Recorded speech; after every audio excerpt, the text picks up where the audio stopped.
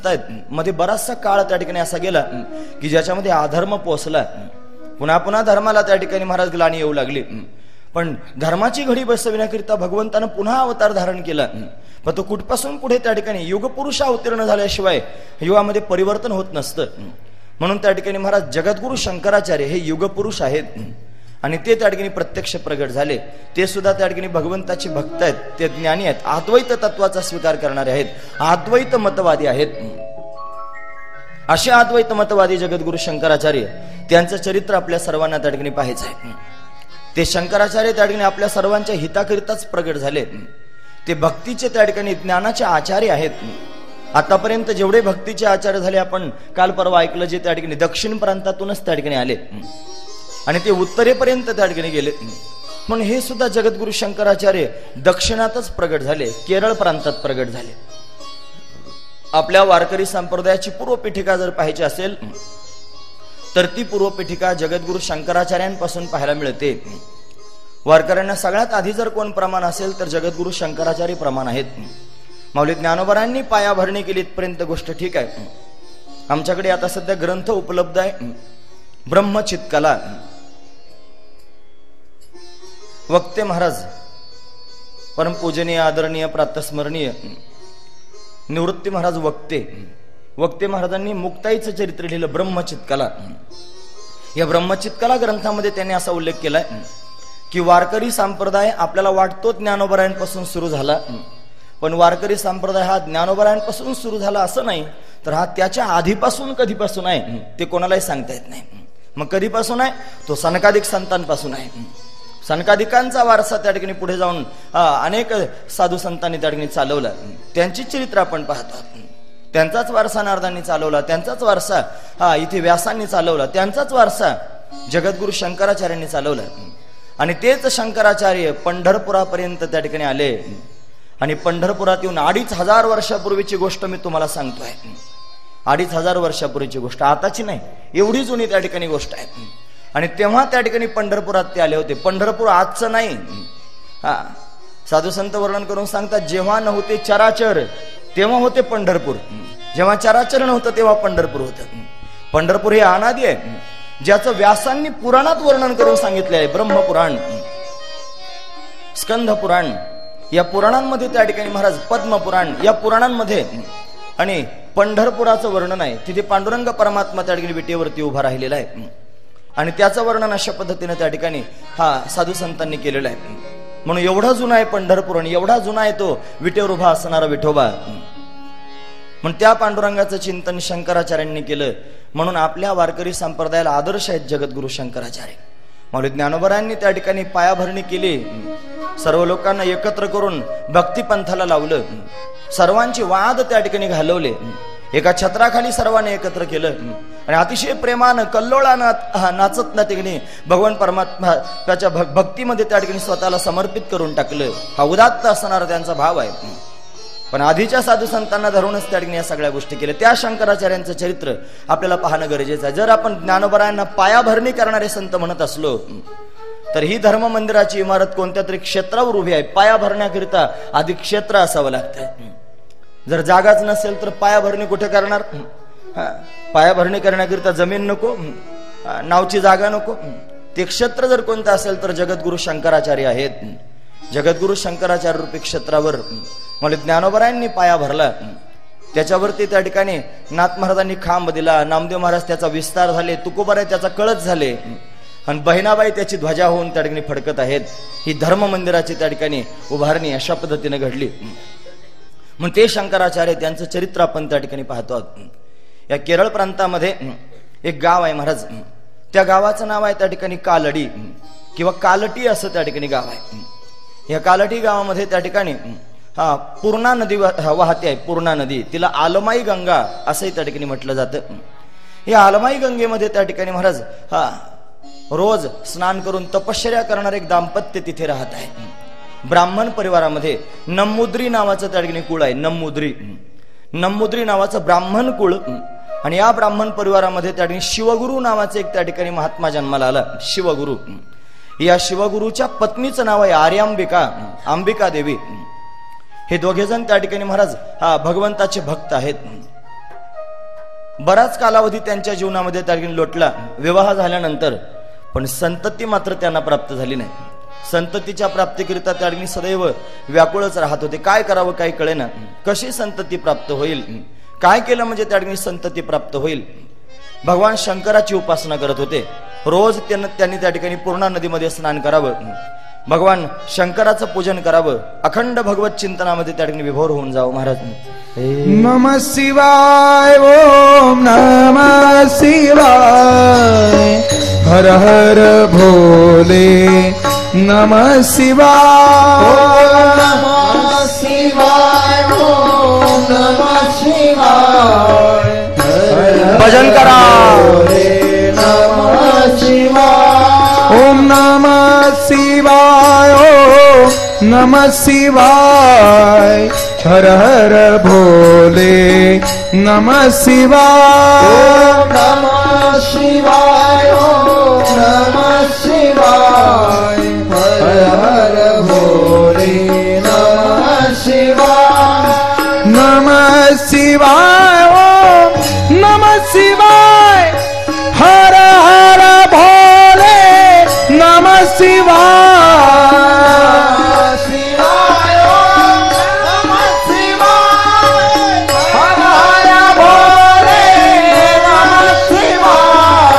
रामेश्वराय शिव रामेश्वराय हर हर भोले नमः शिवाय रामेश्वराय शिव रामेश्वराय हर हर भोले नमः शिवाय ओम नमः शिवाय ओम नमः शिवाय हर हर भोले नमः शिवाय शिवाय ओम नमः शिवाय हर हर भोले नमः शिवाय.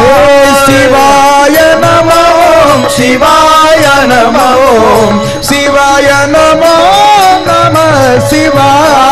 शिवाय नमः ओम शिवाय नमः शिवाय नमः नमः शिवाय. ओम शिव परात्परा शिव ओंकारा शिव तव चरणम.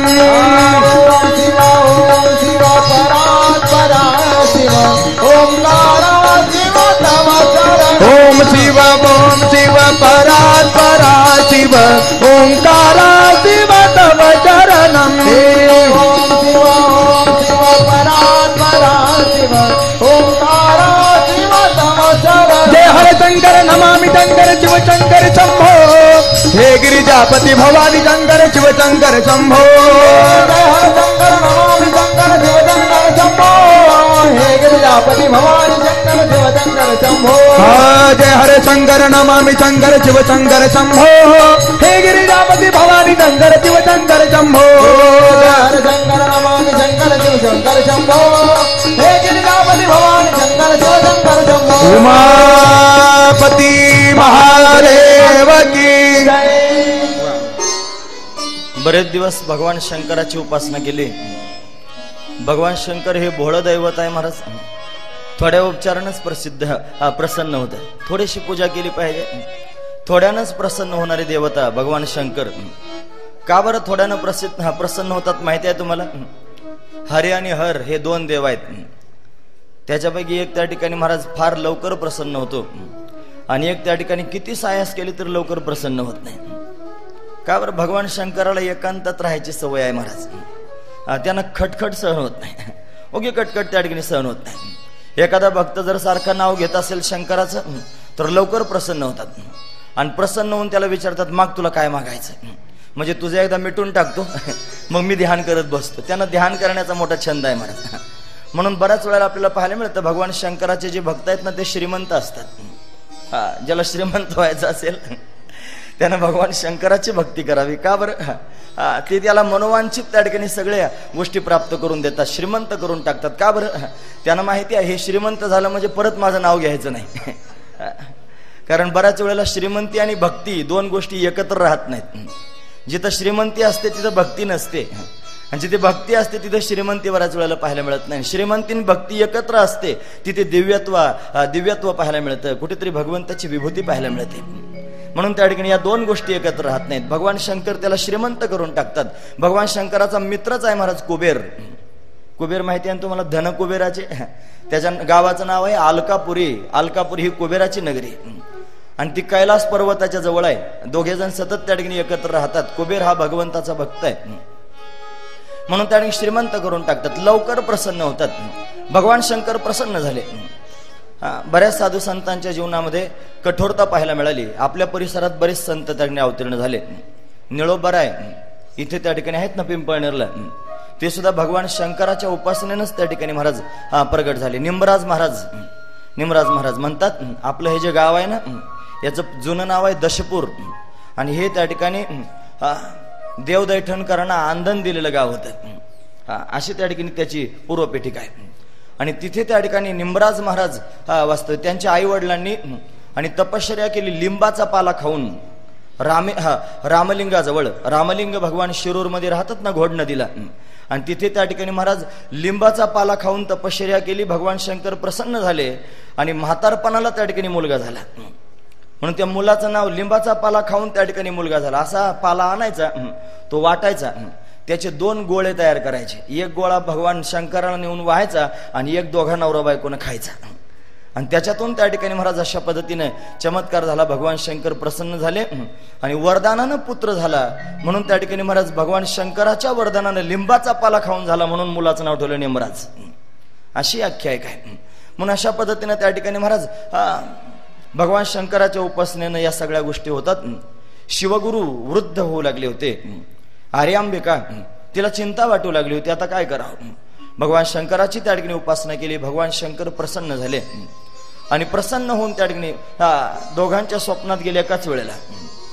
विचारलं काय पाहिजे सांगा. ते म्हणे काय नाही, आम्हाला संतती व्हावी अशी माझी इच्छा आहे. असं म्हटल्याबरोबर त्या ठिकाणी भगवान शंकर हसून बोलू लागले, ठीक आहे, तुम्ही उपासना केलेली आहे, तुम्ही तपश्चर्या केलेली आहे, तुमची तपश्चर्या फुकट जाणार नाही. देवाकरता कोणतीच गोष्ट केलेली फुकट जात नाही महाराज. तुम्ही 7:30 वाजल्यापासून 11:30 वाजेपर्यंत या मंडपात बसताना कोणाकरता बसता? देवाकरता बसताना. म्हणजे ही सुद्धा तुमची झाली तपश्चर्या, ही फुकट जाणार नाही. भगवान असा आहे की कोणाचा उपकार ठेवत नाही महाराज. एकदा तुम्ही राम म्हणा, तुमचं फेडून टाकेल उपकार. त्याच्याकरिता थोडं पायी चालून बघा, रानातून मंदिरापर्यंत येऊन बघा, तुमचा उपकार फेडून टाकेल. कोणाचा उपकार ठेवत नाही, त्याचा स्वभावच आहे. मग तपश्चर्या कधी त्या ठिकाणी वायाला जायची नाही. सांगितलं तुम्ही तपश्चर्या केलेलं आहे, तुमची तपश्चर्या व्यर्थ जाणार नाही. तुम्हाला पुत्र होईल, पण माझं म्हणणं लक्षपूर्वक ऐका. 2 प्रकारे त्या ठिकाणी पुत्र तुम्हाला होऊ शकतो. एकतर तुम्हाला अनेक मुलं होतील, ते दीर्घायुषी होतील, पण ते मूर्ख जन्माला येतील. मुलं होतील, अनेक मुलं होतील आणि ते दीर्घायुष्य म्हणजे जास्त आयुष्याचे होतील. 100 वर्षाचं त्यांना आयुष्य असेल, पण ते सगळे मूर्ख जन्माला येतील. हा एक प्रकार. दुसरा प्रकार, एकच मुलगा होईल आणि तो त्या ठिकाणी अल्पायुष्य होईल, म्हणजे कमी वयातच त्या ठिकाणी त्याचा मृत्यू होईल किंवा जो त्या ठिकाणी निघून जाईल. पण तो विद्वान पंडित होईल. दोन्हीपैकी तुम्हाला काय पाहिजे सांगा. तुम्हाला जास्त दीर्घायुषी मुलं पाहिजेत की कमी आयुष्य असणारा एकच विद्वान पंडित मुलगा पाहिजे सांगा. मोठे हुशार होते शिवगुरु. त्या शिवगुरूंनी बारकाईनं विचार केला आणि विचारपूर्वक भगवान शंकराला सांगितलं, म्हणे देवा, जर पुत्र देणार असेल तर असा पुत्र दे, ऐसा पुत्र देई गुंडा. गुंडा म्हणजे मारामाऱ्या करणारा गुंड नाही, ज्याचा त्रिभुवनी झेंडा, जो त्या ठिकाणी असा वैभव संपन्न मुलगा असावा, जो त्रैलोक्यामध्ये त्या ठिकाणी विजय प्राप्त करून घेईल, विश्वविजयी दिग्विजयी मुलगा प्राप्त व्हावा, अशी आमची इच्छा आहे. त्याचं वय कमी असलं तरी चालेल, पण त्याची कीर्ती महान असली पाहिजे, त्याचं कर्तृत्व मोठं असलं पाहिजे. माणसाची ओळख त्याच्या वयानं होत नाही, त्याच्या कर्तृत्वानं होते. माणूस किती दिवस जगला याच्यापेक्षा माणूस काय करत जगला हे जास्त महत्वाचं असतं. नाही तर 100 वर्ष जगणारी माणसं सापडतात ना महाराज, आणि काही करीत नाहीत कामधाम. उगी त्या ठिकाणी संसार पोसून मरून जातात. शेवटी तेच संसारात लोक त्याला जाळून येतात. काही करत नाहीत, 100 वर्ष जगून हाताला काही येत नाही. पण काही असे असतात जे फार कमी वर्ष त्या ठिकाणी जगतात, कमी जीवन जगतात, पण फार विलक्षणत्व करून दाखवतात. म्हणून असा विचार केला, अरे 1000 चांदण्या असण्यापेक्षा एक चंद्र असावा. 1000 चांदण्या असून काय उपयोग आहे. एक चंद्र जर असेल, एकच चंद्र तमोहंती नच तारांगे गणोपी सहा. अरे हजार चांदण्यांपेक्षा एक चंद्र अतिशय त्या ठिकाणी महत्वाचा. अंधार घालवतो, शीतलता देतो. म्हणून एकच चंद्रासारखा त्या ठिकाणी पुत्र असावा, जो सगळ्या जगाला त्या ठिकाणी निर्मल करून टाकेल. सूर्यासारखा तळपणारा त्या ठिकाणी पुत्र व्हावा अशी अपेक्षा केली. पंडित विद्वान ज्ञानी पुत्र व्हावा अशी अपेक्षा केली. भगवान शंकरानं वरदान दिलं. वा, तुमचं हे म्हणणं ऐकून मी प्रसन्न झालो. नाही तर लोक माझी उपासना करतात आणि फक्त संसार मागतात. जे संसार मागणार आहेत त्यांना मी संसार देऊन टाकतो. परीक्षा घेत होतो म्हणे तुमची, तुम्ही काय मागता आहात, तुमची कशाकरिता त्या ठिकाणी एवढी ओढ आहे. मला तुमची ओढ कळाली, मी तुम्हाला वरदान देतो, मी स्वतःच तुमच्या घरी अवतार धारण करून येईन. भगवान शंकरानं वचन दिलं. आणि मग भगवान शंकर त्या ठिकाणी आता शिवगुरूंच्या घरी त्या ठिकाणी प्रत्यक्ष प्रगट होणार आहेत. अंबिका देवीच्या घरी भगवान शंकर प्रगट होणार आहेत. यथाकाल त्या ठिकाणी आर्यांबिका देवीला गर्भधारणा झाली. तिचं वय त्या ठिकाणी बरचसं झालेलं होतं, पण तरी सुद्धा भगवान शंकराचा प्रसाद आहे. आणि अशा अवस्थेमध्ये त्या ठिकाणी गर्भधारणा झाली. फार आनंद झाला. यथाकाल त्या ठिकाणी प्रसूत झाली आणि तिला त्या ठिकाणी पुत्र झाला, जो प्रत्यक्ष भगवान शंकर आहे. महाराज आद्य जगद्गुरु श्रीमद शंकराचार्य भगवान की जय. शंकराचार्यांचं प्राकट्य झालं केरळात. केरळ, तिथे त्या ठिकाणी महाराज पूर्णा नदीच्या काठावर, आलमाई तिचं नाव, आलमाई, पूर्णा, गंगा असं पण तिला म्हणतात. कालडी गावामध्ये आणि या ब्राह्मण परिवारामध्ये शंकराचार्यांचं प्राकट्य झालं. नम्मुद्री नावाचं कुळ आहे, दिव्य पावन असणारं कुळ. आणि त्याच्यामध्ये भगवान शंकर प्रगट झाले. शंकराच्या प्रसादानं मुलगा झाला म्हणून मुलाचं नाव ठेवलं शंकर. शंकर, शम शब्दाचा अर्थ तो सुख आणि कर शब्दाचा अर्थ तो करून देणारा. जो सगळ्या जगाला सुखी करणारा आहे त्याला म्हणायचं शंकर. म्हणून शंकर नाव चांगलं आहे महाराज. म्हणून शंकर नाव त्या ठिकाणी ठेवलं. शंकर त्या ठिकाणी कलेने वाढू लागला. शिवगुरु त्या ठिकाणी वृद्ध झालेले होते. म्हातारपणाला मुलगा झाला होता ना महाराज. 1 वर्षाचा त्या ठिकाणी मुलगा झाला. पण चमत्कार असा, 1 वर्षाचा मुलगा मातृभाषा अगदी ठळक बोलू लागला. केरळ प्रांतातली भाषा कोणती असेल ती भाषा त्या ठिकाणी महाराज एकदम ठळक. 1 वर्षाचा मुलगा चांगलं बोलू लागला. 2 वर्षाचं वय झालं शंकराचार्यांचं. 2 वर्षाच्या वयामध्ये आईनं त्या ठिकाणी भगवान शंकराचार्यांना आणि पुराणातल्या कथा सांगाव्यात, गोष्टी सांगाव्यात, त्या त्यांनी कंठस्थ करून ठेवल्या. 2 वर्षामध्ये पौराणिक त्या ठिकाणी कथा तोंडपाठ झाल्या. 3 वर्षाचं वय झालं. जातक कर्म संस्कार आदी करून त्या ठिकाणी सर्व झाले होते. आणि 3 वर्षाच्या वयामध्ये त्या ठिकाणी महाराज चुडामण संस्कार झाल्यानंतर आणि जे शिवगुरु आहेत ते वृद्ध असल्या कारणानं त्या ठिकाणी महाराज त्या शिवगुरूंचा स्वर्गवास झाला. म्हणजे त्या ठिकाणी लहान वयातच शंकराचार्यांच्या त्यांचे वडील गतप्राण झाले. म्हातारपण त्या ठिकाणी आलेलं होतं ना महाराज. वयोवृद्ध असताना पुत्र झाला होता. म्हणून त्या ठिकाणी महाराज अशा पद्धतीने स्वर्गवास झाला. आर्यांबिका देवीवर जबाबदारी आली. मुलगा लहान आहे, त्या लहान मुलाचं त्या ठिकाणी पालन पोषण अशा पद्धतीने करायचं आहे. मग त्याला त्या ठिकाणी सांभाळू लागली, चांगले संस्कार करू लागली. 5 वर्षाचा त्या ठिकाणी मुलगा झाला. जगद्गुरु शंकराचार्य 5 वर्षाचे झाले. आणि त्यावेळेला त्या ठिकाणी महाराज यज्ञोपवीत संस्कार त्यांच्यावर करण्यात आले. यज्ञोपवीत संस्कार वास्तविक पाहता ब्राह्मण कुलामध्ये 8 वर्षाच्या वयामध्ये मौजी बंधन संस्कार, यज्ञोपवीत संस्कार केले जातात. 8 वर्षाचा मुलगा झाल्यानंतर इथे 5च वर्षाच्या वयात त्या ठिकाणी केला यज्ञोपवीत संस्कार. का? ती अप्रतिम असणारी प्रतिभा शंकराचार्यांकडे पाहायला मिळत होती. थांबावं किती दिवस. अप्रतिम त्या ठिकाणी बुद्धी, अप्रतिम त्या ठिकाणी प्रतिभा पाहायला मिळू लागली. आता आपण टीव्हीला जर तुम्ही पाहत असाल तर एक मुलगा छोटासा पाहायला मिळतो. त्याचं नाव आहे कौटिल्य, आहे ना, छोटासा आहे. इतकी अप्रतिम त्याची बुद्धी आहे महाराज, काय सांगावं. शंकराचार्यांनी त्याला बोलावून घेतलं होतं. असा त्या ठिकाणी मुलगा. म्हणून शंकराचार्यांची प्रतिभा पाहून त्या ठिकाणी आई सुद्धा विलक्षण आश्चर्यचकित झाली होती. तिने यज्ञोपवीत संस्कार अशा पद्धतीने त्याच्या त्या ठिकाणी करून घेतले. आणि त्यानंतर 7व्या वर्षाच्या पर्यंत त्या ठिकाणी त्यानं गुरुग्रही राहून अध्ययन केलं. 7 वर्षाच्या वयापर्यंत गुरुग्रही राहून 4 वेद, 6 शास्त्र, 18 पुराण या सगळ्या गोष्टी मुखोद्गत करून घेतल्या शंकराचार्यांनी. एवढे विद्वान त्या ठिकाणी झाले. आणि आता घरी आले गुरुग्रही राहून. आणि घरी आल्यानंतर त्या ठिकाणी महाराज आईला विनंती करू लागले, आई मला संसारात नाही राहायचं ग. किती वर्षाचा मुलगा म्हणतोय? 7 वर्षाचा. आताचा 7 वर्षाचा मुलगा म्हणजे दुसरीत असणारा मुलगा. 6 वर्षाची पोरं झाली की आपण पहिलीत घालतो, आणि 7 वर्षाचा झाला म्हणजे दुसरीत जातो. दुसरीचा मुलगा म्हणतोय, आई मला गृहस्थाश्रमात राहायचं नाही, घरी राहायचं नाही, मला भगवत चिंतन करायचं, मला संन्यास घ्यायचा आहे. आई म्हणू लागली, वेड्या काय बोलतोयस, संन्यास तुला का घ्यायचा सांग. तिला काही विलक्षण वाटू लागलं, कारण मुलगा झाल्याबरोबर त्यांनी त्या ठिकाणी जन्मपत्रिका दाखवली होती ज्योतिषाला, आणि त्या ज्योतिषानं सांगितलं होतं हा मुलगा जास्त काळापर्यंत जिवंत राहणार नाही, याचं आयुष्य 8च वर्षाचं आहे. किती? 8 वर्षाचं. पण न जाणो भगवंताची, ईश्वराची जर कृपा झाली तर याला त्या ठिकाणी 16 वर्षाचं आयुष्य प्राप्त होईल. 16 वर्षापर्यंत हा जगेल, त्याचं आयुष्य तिथे संपेल. पण 16व्या वर्षी जर त्या ठिकाणी याला संतांची कृपा झाली तर अजून 16 वर्ष वाढतील आणि 32 वर्षाचं आयुष्य त्याला प्राप्त होईल.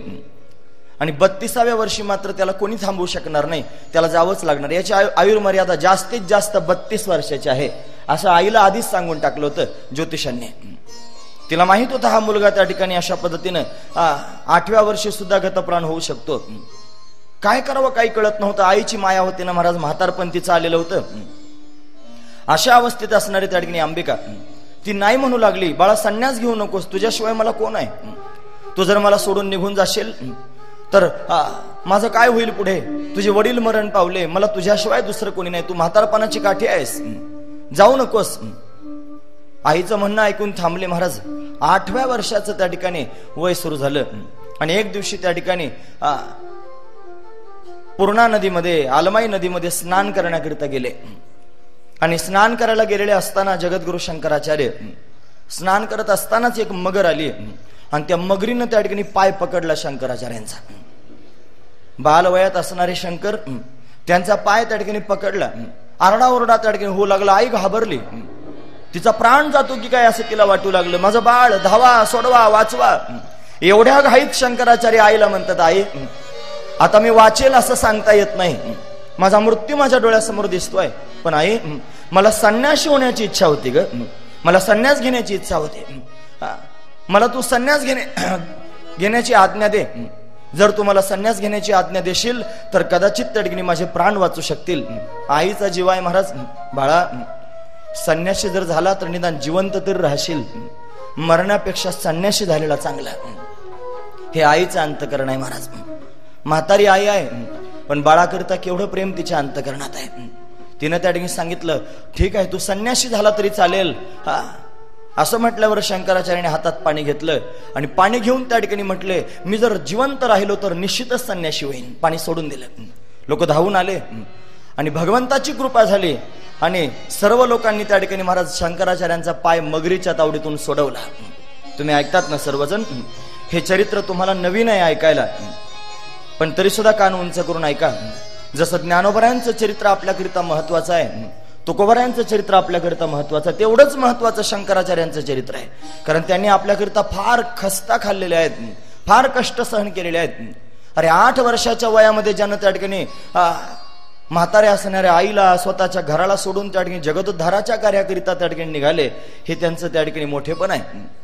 बाहेर आले, आणि आता आईला सांगितलं, आई मला आता जाऊ दे, मी तुझ्याजवळ थांबण्याकरिता आलो नाही, मला जगाचं हित करायचंय, मला जाऊ दे.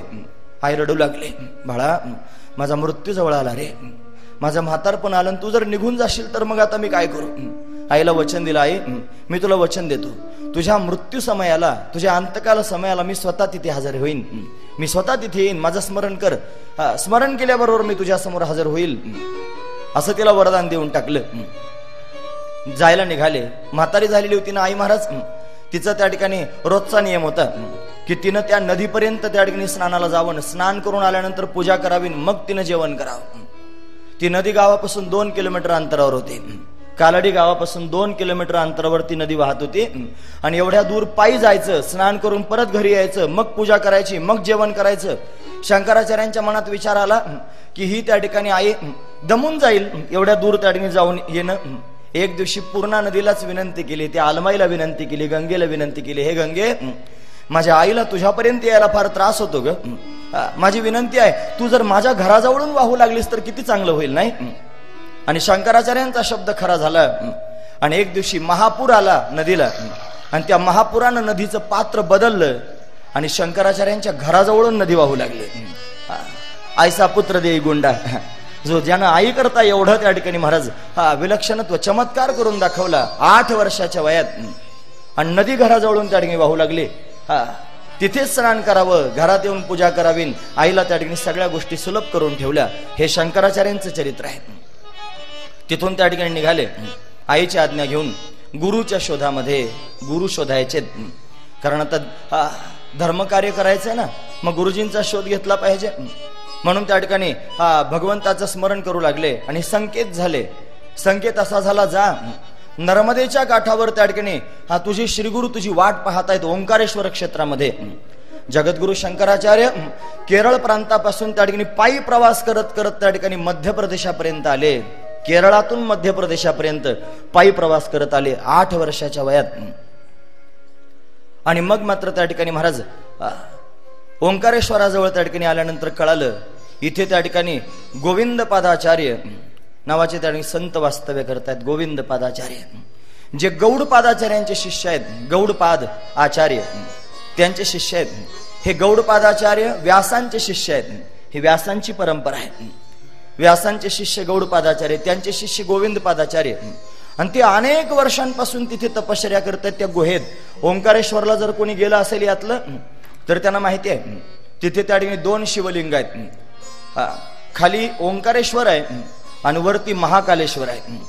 आणि त्या ओंकारेश्वराच्याही खाली गेल्यानंतर एक मोठी गुहा आहे आणि त्या गुहेमध्ये गोविंद पादाचार्यांचं त्या ठिकाणी मंदिर आहे.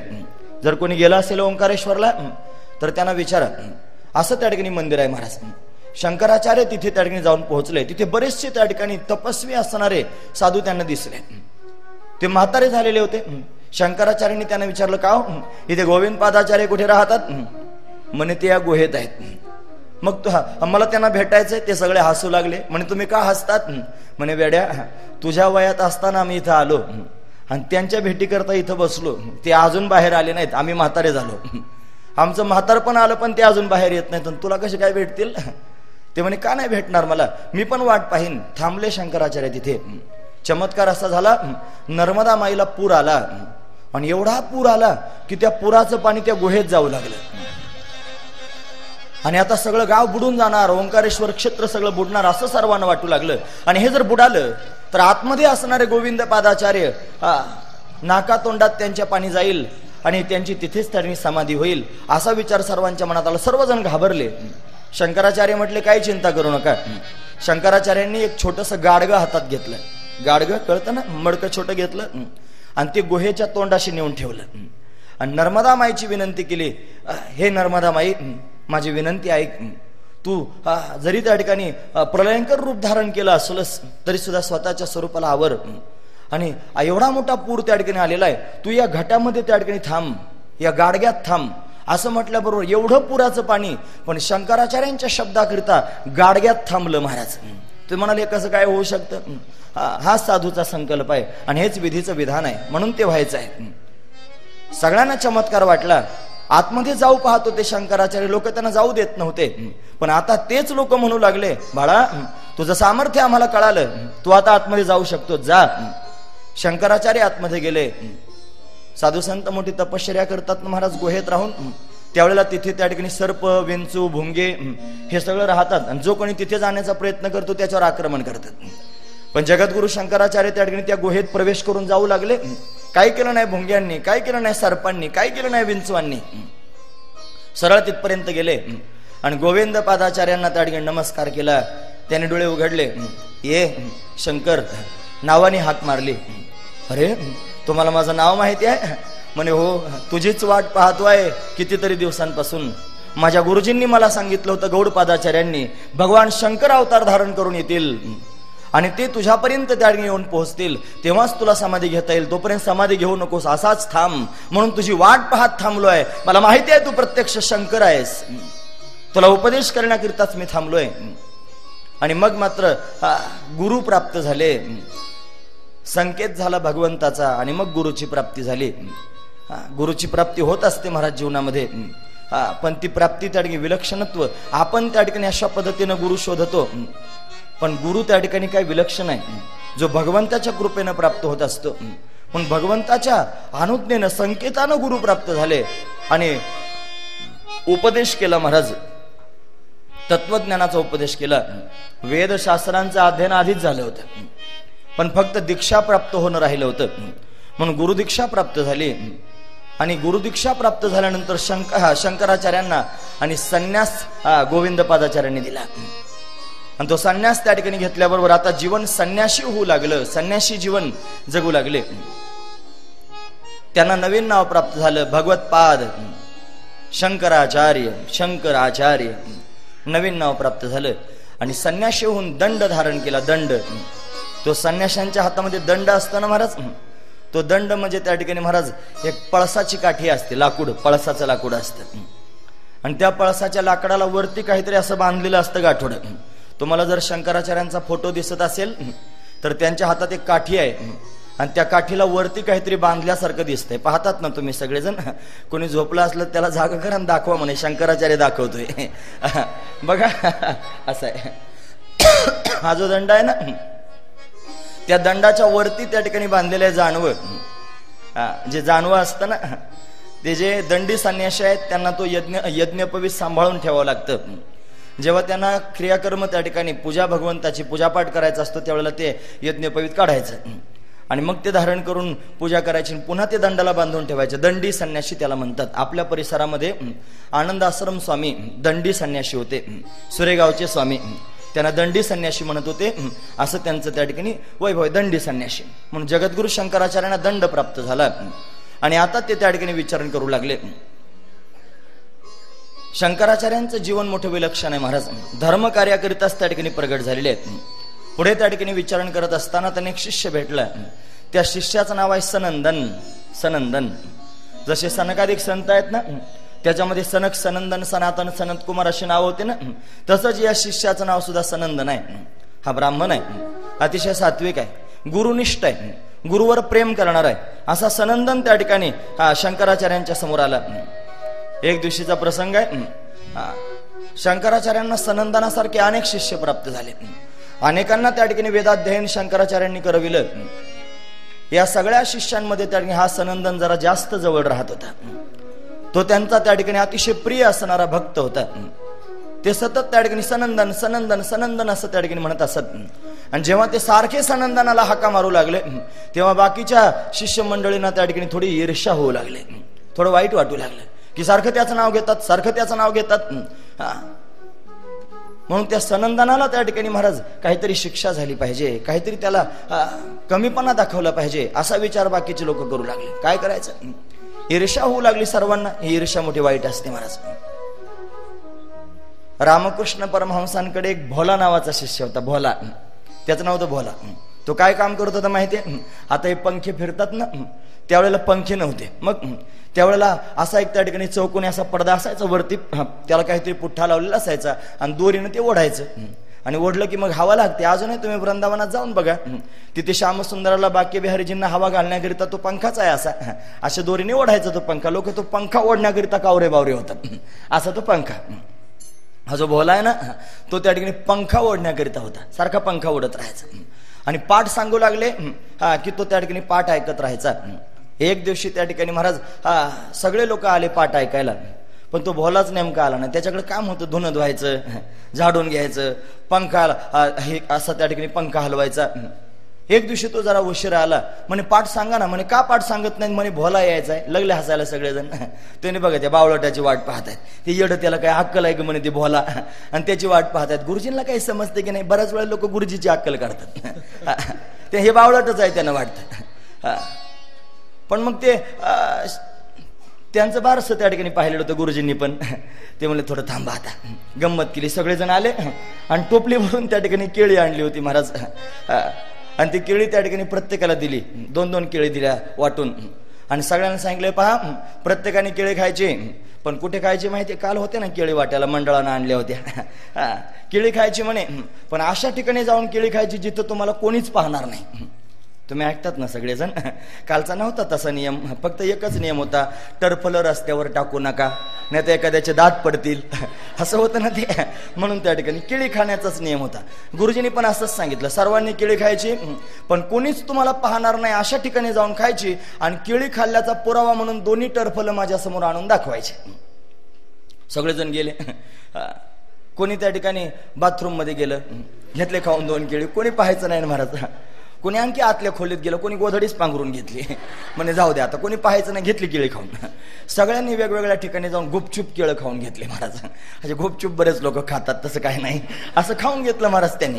आणि आले शहाणपणात, गुरुजी केळी खाल्ली, टाकली टरफल, बसा म्हणे इथं. एका मागे एक सगळे आले. ते भोला आला, त्याच्या हातात 2 केळी तशाच होत्या. ते म्हणे, अरे तू केळी खाल्ली नाही, लटकीच रागावली महाराज ते त्याच्यावर. अरे केळी खाल्ली नाही. तो म्हणले, नाही खाल्ली गुरुजी. बाकीचे सगळे बघायला लागले, बघा गुरुची आज्ञा पाळतंय का, आणि फार त्याची वाट पाहतात, आमकं करतात, आणि फार शहाणपणा झाला, आमकं झालं. अरे त्याला विचारलं, का नाही खाल्ली केळी, माझी आज्ञा मोडतोस. म्हणे, महाराज तुमचीच आज्ञा सांभाळतोय. म्हणे, काय आज्ञा सांभाळीस. म्हणे, तुम्ही सांगितलं ना जिथं कोणीच नसेल तिथे केळी खा. मग कशी काय केळी खाऊ. म्हणे, मग जायचं गुपचूप एखाद्या ठिकाणी. म्हणे, पण तुम्ही पाठात सांगताना सगळीकडे ब्रह्म भरलेला आहे, सर्वम खलु इदम ब्रह्म नेह नास्ति किंचन. अरे सगळीकडे परमात्माच परमात्मा गच्च आहे, परमात्मा वाचून एक कणही शिल्लक नाही. मग जर सगळीकडे परमात्मा आहे तर तो परमात्मा माझ्याकडे पाहतोच आहे ना. तुम्ही सांगितलं जिथं तुम्हाला कोणीच पाहणार नाही आणि तिथे जाऊन केळी खा. अरे परमात्मा सर्वत्र मला पाहतोय, कशी काय केळी खाऊ मला सांगा. आणि मग सगळ्या शिष्यांकडे पाहायला सुरुवात केली. सगळ्यांनी खाली माना घातल्या. सगळे तत्वज्ञानी पंडित होते. पण त्यांना कळालं याला तत्वज्ञान बांधलं, हा पाठाला बसत नाही, फक्त हवा मारण्याकरिता, हवा घालण्याकरिता बसत होता. पण त्याला ते कळालं, आपल्याला ते कळलं नाही. असे भोळे त्या ठिकाणी भक्त असतात महाराज. हा सनंदन भोळा आहे, शंकराचार्यांचा भक्त आहे, अतिशय भोळा असणारा भक्त. शंकराचार्यांच्या लक्षात आलं की या बाकीच्या लोकांना याच्याविषयी ईर्ष्या व्हायला लागली. मग आता काय करावं. शंकराचार्यांनी एक दिवशी त्या ठिकाणी एक प्रयोग केला. ते एक विशाल असणारी नदी आहे, त्या नदीच्या पलीकडच्या काठाला त्या ठिकाणी गेले, आणि गेल्यानंतर मायावी त्या ठिकाणी एक प्रसंग निर्माण केला. नदीला मोठा पूर आला. शंकराचार्यांनी त्या पुरात प्रवेश केला, आणि त्या पुरात प्रवेश केल्याबरोबर त्या ठिकाणी वाहून जाण्याचं नाटक करू लागले. आणि सगळे शिष्य पलीकडच्या काठावर होते. धावा, वाचवा, सोडवा, कुणीतरी मला वाचवा, असं मोठ्या मोठ्याने आरडाओरडा करू लागले. सगळे शिष्य घाबरले. अरे आपले गुरुजी वाहून चालले, आपले गेले वाहून, काय करा. सगळेजण घाबरले. म्हणे वाचवायला चला. इकडे इकडे पाहायला लागले.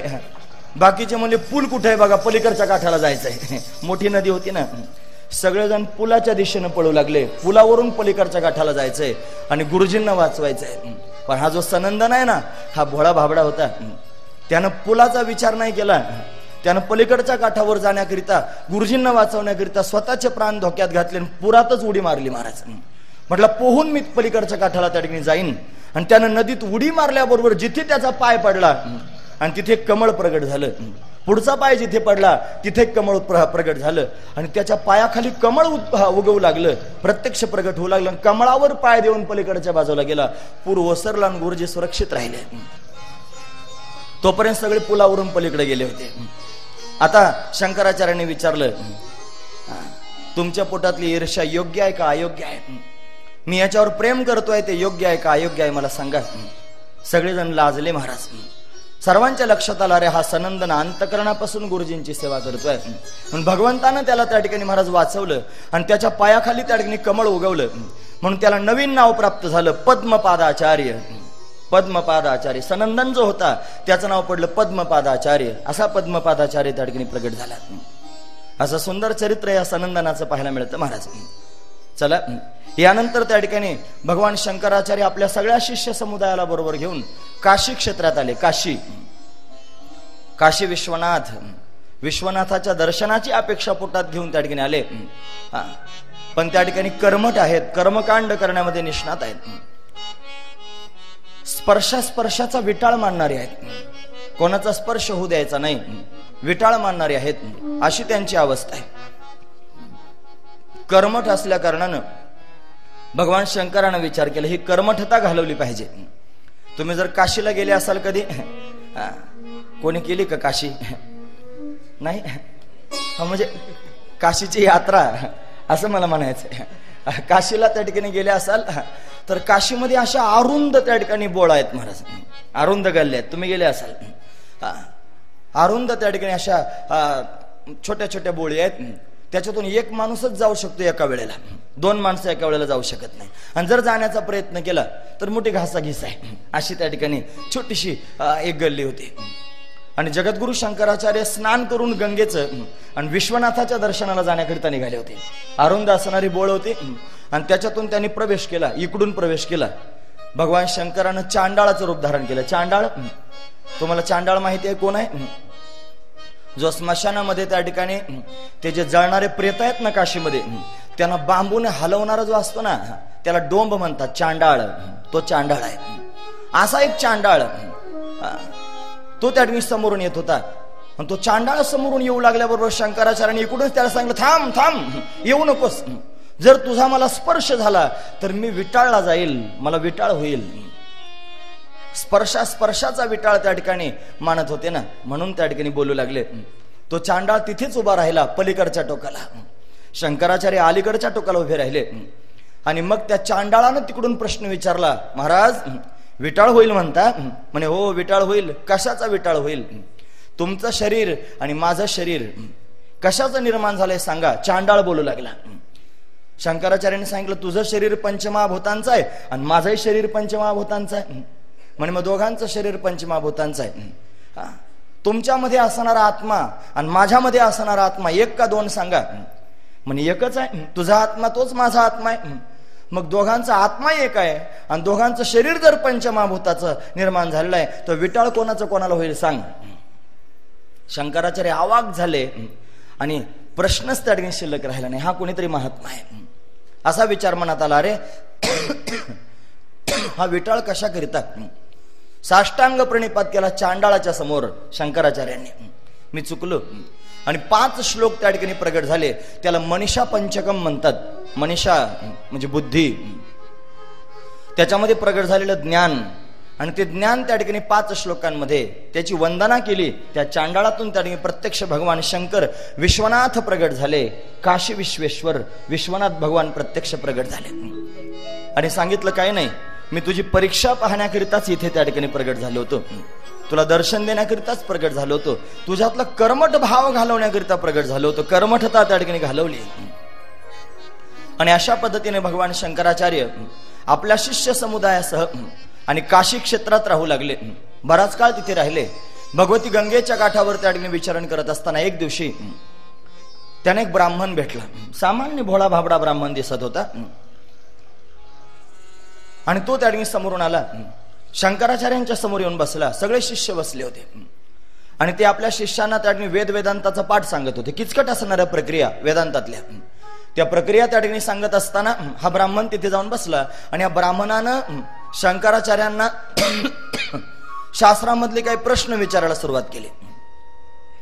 असे चमत्कृतीचे प्रश्न विचारू लागला तो ब्राह्मण.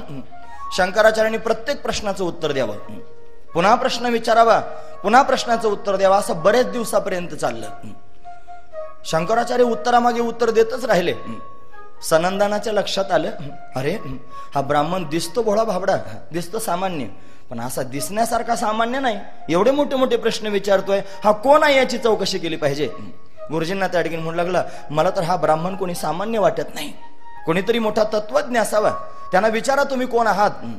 आणि मग त्या ठिकाणी बराच वेळापर्यंत प्रश्न उत्तरांचा कार्यक्रम झाल्यानंतर शंकराचार्यांनी हात जोडून विचारलं, हे भूदेव तुम्ही कोण आहात, तुमचा परिचय मला सांगा. आणि मग त्या ब्राह्मणानं त्या ठिकाणी मूळ रूप प्रगट केलं. तो ब्राह्मण सामान्य नव्हता, ते वेद व्यास होते, व्यासदेवजी महाराज होते. आणि तोपर्यंत शंकराचार्यांचं वय 16 वर्षाचं झालं होतं. 16 वर्षाचं म्हणजे पहिला मृत्यूयोग टळला होता ईश्वराच्या कृपेनं. आणि 16 वर्षाच्या वयामध्ये दुसरा मृत्यूयोग त्या ठिकाणी आला होता, मृत्यू त्या ठिकाणी समोर आला होता.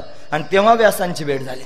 सांगितलं, मी व्यास आहे, मीच जेवढे प्रश्न तुला विचारले ते मीच त्या ठिकाणी निर्माण केलेल्या ग्रंथांमधले विचारत होतो. तू मी निर्माण केलेल्या ग्रंथांचं एवढं चिंतन केलंस की ते तुझ्या कंठस्थ आहेत, मुखोद्गत आहेत, तुझ्या बुद्धीमध्ये साठवलेले आहेत. म्हणून तू त्या ठिकाणी माझ्या परीक्षेला उतरला. तुला आता माझं कार्य करायचंय. ते कार्य म्हणजे त्या ठिकाणी हाच धर्म जगापर्यंत नेऊन पोहोचवायचा आहे, धर्माचं कार्य करायचं आहे. म्हणून ही संस्कृती, हा वैदिक धर्म, हा सनातन धर्म तुला त्या ठिकाणी चालवायचा आहे, तो वाढवायचा आहे, असं त्या ठिकाणी कार्य सांगितलंय. सांगितलं माझा मृत्यूयोग आता जवळ आलेला आहे, 16 वर्षाचं माझं वय झालेलं आहे. व्यासांनी त्या ठिकाणी आशीर्वाद दिला, जा मी तुला अजून 16 वर्ष वाढवून देतो. व्यास कृपेनं, संत कृपेनं अजून त्या ठिकाणी 16 वर्षांचं आयुष्य प्राप्त झालं. 32 वर्ष आता त्या ठिकाणी त्यांचं जीवन पुढे होणार आहे. आणि शंकराचार्यांनी अशा पद्धतीने त्या ठिकाणी महाराज आज्ञा प्राप्त करून घेतली व्यासांकडून. म्हणूनच आपण पाहतो शंकराचार्य कोणाच्या मार्गावर चालले, तर व्यासांच्या मार्गावर चालले. माऊली ज्ञानोबा तेच सांगतात, व्यासांचा मागोवा घेतू आणि भाष्यकारा ते वाट पसतू. म्हणून व्यासांचा मागोवा शंकराचार्यांनी घेतला आणि म्हणून शंकराचार्यांना ज्ञानोबारांनी वाट विचारली. जर माऊली ज्ञानोबारांच्या वाङ्मयामध्ये ही ओवी नसती ना, तर लोकांनी शंकराचार्यांना मानलं नसतं. आपल्या वारकरी संप्रदायामध्ये प्रधान असणारे 3 संत आहेत महाराज. माऊली ज्ञानोबाराय त्यांनी शंकराचार्यांना अशा पद्धतीनं गौरवान्वित केलं. नाथ महाराज, नाथांनी एक ओवी त्या ठिकाणी भागवतात त्या ठिकाणी लिहिली, आता वंदू आचार्य शंकरू जो का ग्रंथार्थ विवेक चतुरू सांडूनी कर्मठतेचा विचारू प्रबोध दिन करू प्रगटला. कर्मठता टाकून बोध करणारा त्या ठिकाणी प्रबोध करणारा दिनकर म्हणजे सूर्य प्रत्यक्ष प्रकाशला प्रगट झाला, प्रबोध दिन करू प्रगटला, असं वर्णन आहे शंकराचार्यांचं, नाथांनी केलेलं वर्णन. आणि जगद्गुरु शंकरांची वंदना जगद्गुरु तुकोबाराय अशा पद्धतीने त्या ठिकाणी करतात. तुका करी प्रणिपात दंडवत आचार्या. म्हणून तर आपण मोठे भाग्यवान आहोत. आपण वैशाख शुद्ध पंचमी ते नरसिंह जयंतीपर्यंत सप्ताह करतो आपल्या गावात. वैशाख शुद्ध पंचमी म्हणजे शंकराचार्यांची जयंती. वैशाख शुद्ध पंचमीला शंकराचार्यांचं त्या ठिकाणी प्राकट्य झालं, म्हणून तर आपण त्या ठिकाणी त्यांचा जन्मोत्सव साजरा करतो. असे असणारे शंकराचार्य त्यांनी धर्मप्रसाराचं कार्य त्या ठिकाणी सुरू केलं. त्यांचं वय आता त्या ठिकाणी वाढलेलं, दिग्विजय करण्याकरिता निघाले. आणि दिग्विजय करायला जात असताना त्यांनी सगळ्यात आधी कुरुक्षेत्रावर गेले. कुरुक्षेत्र ही त्या ठिकाणी धर्मभूमी आहे, धर्मक्षेत्रे कुरुक्षेत्रे असं आपण त्या ठिकाणी पाहतो. हे धर्मक्षेत्र आहे. मग कुठून त्या ठिकाणी दिग्विजयाला सुरुवात करावा, तर त्या ठिकाणी कुरुक्षेत्रातून सुरुवात केली. कुरुक्षेत्रातून त्या ठिकाणी प्रवास करत करत बद्रिकाश्रमापर्यंत त्या ठिकाणी गेले. बद्रीनाथाचं त्या ठिकाणी दर्शन अशा पद्धतीने केलं. बद्रीनाथाची मूर्ती ती परिसाची आहे म्हणतात, परिस. आणि ती परिसाची असणारी जी मूर्ती आहे ती त्या ठिकाणी दुष्टांनी, नास्तिकवादी लोकांनी त्या ठिकाणी बुडवली होती कुंडात. भगवान शंकराचार्यांनी तिथे अनुष्ठान केलं. बद्रीनाथ भगवान दिसत नाहीत, काय करावं, तिथे जाऊन अनुष्ठान केलं. आणि अनुष्ठान करून भगवंतानं स्वतःच सांगितलं, या लोकांनी मला अमक्या अमक्या कुंडात फेकून दिलंय, मला तिथून बाहेर काढा. आणि मग मात्र त्या कुंडात शंकराचार्यांनी प्रवेश केला आणि त्या कुंडातून बद्रीनाथाची मूर्ती वरती आणली. आज बद्रीनाथाला लोक जातात आणि बद्रीनाथाचं दर्शन घेतात, पण हे दर्शन होत आहे ते शंकराचार्यांमुळे होत आहे हे विसरून गेले सगळे लोक. हा त्यांचा आपल्यावर उपकार आहे, म्हणून तर आपण बद्रीनाथाचं दर्शन घेऊ शकतो. पुनःस्थापना बद्रीनाथाची केली. हेच धर्माचं कार्य आहे. आणि आता मात्र त्या ठिकाणी तिथून पुढचा प्रवास पुन्हा सुरू झाला. ते प्रयाग क्षेत्रात आले. प्रयाग क्षेत्रामध्ये एक महान पंडित राहत होते, विद्वान पंडित होते, ते कर्मठ होते. त्यांचं नाव आहे कुमारिल भट्ट. कुमारिल भट्ट तुम्ही ऐकतात ना पण सर्वजण. आता हे नवीन नाव आहेत ना, हे कुमारिल भट्ट, हे त्या ठिकाणी जरा नवीन वाटतं ऐकायला. ओळखीचं असलं मग ते जमून जातं, पण नवीन कथा आहे, ऐकण्यासारखी आहे, लक्षपूर्वक ऐका. त्यांनी आपलं सगळं कार्य उरकलं होतं आणि ती तृषाग्नी घेत होते. त्याला कुशाग्नी सुद्धा म्हणतात. गवत त्या ठिकाणी रचलं होतं आणि मंत्र त्या ठिकाणी म्हणून त्या गवतावर बसून गवत पेटून स्वतःचं शरीर त्याच्या समर्पित करायला निघाले होते. एवढे महान पंडित होते महाराज, काय सांगावं. त्या काळामध्ये त्या ठिकाणी महाराज अनेक नास्तिकवादी लोकांचा सुळसुळाट होता. बौद्धांचं मत जास्त वाढलं होतं, जे वेदाला मानत नाहीत. आणि त्यांच्यामध्ये त्या ठिकाणी महाराज वेद सिद्ध करण्याकरिता, त्यांचं मत जाणून घेण्याकरिता हे कुमारिल भट्ट आणि तिथे त्यांच्यात जाऊन बसत होते त्यांचा पाठ ऐकण्याकरिता. त्यांनी लटकीच खोटी खोटी त्यांची दीक्षा घेतली होती. कारण असं आहे, एखाद्यावर जर मात करायची असेल तर त्याचं तत्व त्या ठिकाणी पूर्णपणे आपल्याला कळालं पाहिजे.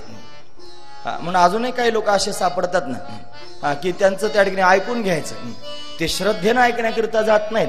पाहायला मिळतं की ते फार ध्यान देऊन ऐकतात, फार त्या ठिकाणी चित्त देऊन ऐकतात.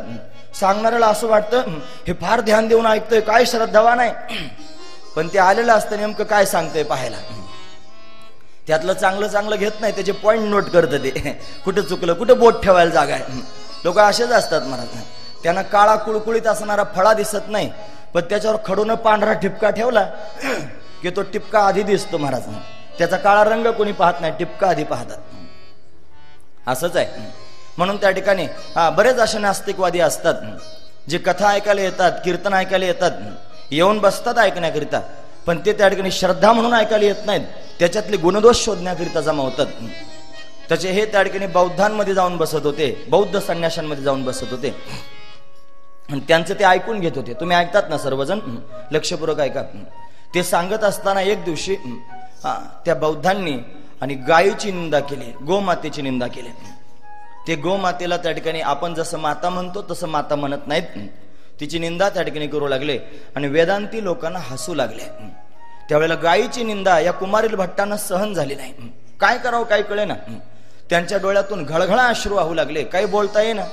शेजारी बसलेल्या विद्यार्थ्यांनी पाहिला, अरे हा रडतोय आणि गायीची त्या ठिकाणी निंदा केल्यामुळे रडतोय, याचा अर्थ हा त्या ठिकाणी निश्चित सनातन धर्माचा आहे, हा वेदवादी आहे, याला पकडा. पकडलं महाराज आणि पकडून त्या ठिकाणी मारून टाकायला निघाले.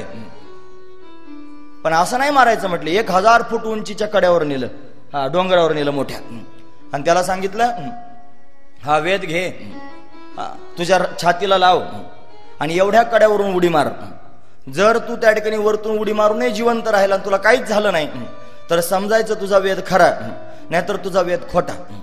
त्यानं वेद घेतला, छातीला लावला आणि प्रतिज्ञा केली, जर वेद खरा असेल तर मी जिवंत राहील, नाहीतर मी मरेन. असं म्हणून उडी मारली आणि उडी मारल्याबरोबर चमत्कार असा झाला, 1000 फुटाच्या कड्यावरून खाली उडी मारली, पण काही झालं नाही महाराज. एक छोटीशी गवताची काडी लागली तर आणि थोडस खरचटलं. सगळे लोक त्या ठिकाणी आनंदानं नाचू लागले. कुमारील भट्टांचं त्या ठिकाणी वर्णन करू लागले.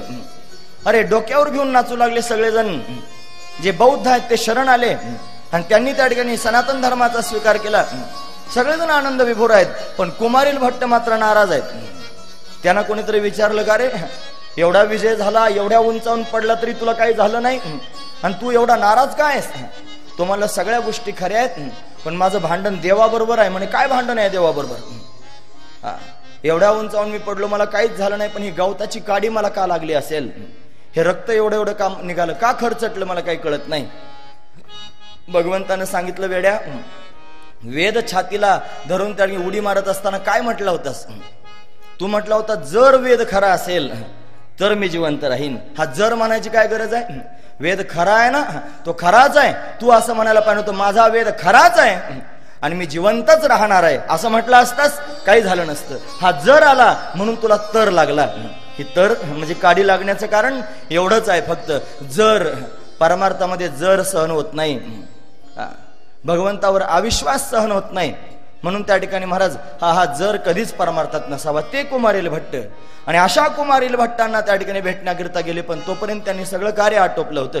त्यांनी सांगितलं, असं करा, तुम्हाला दिग्विजय करायचा आहे, मी माझ्या वतीनं तुम्हाला एक नाव सांगतो, तुम्ही तिथे जा आणि त्यांच्याबरोबर ते शास्त्रार्थ करा. त्यांनी नाव सांगितलं मंडन मिश्र. महिष्मती नावाची एक नगरी आहे आणि या महिष्मती नगरीमध्ये त्या ठिकाणी महाराज मंडन मिश्र नावाचे ब्राह्मण राहत आहेत. ते मोठे कर्मकांडी आहेत, कर्मकांडामध्ये निष्णात आहेत.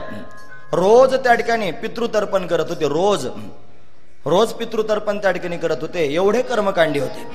तुम्ही ऐकतात ना सर्वजण, ज्या वेळेला आपल्या घरी पित्र असतात आणि आपण त्या ठिकाणी तर्पण पिंडदान आदी करून करतो, त्यावेळेला जर संन्याशी एखादा समोर आला तर ते त्या ठिकाणी अमंगल मानलं जातं.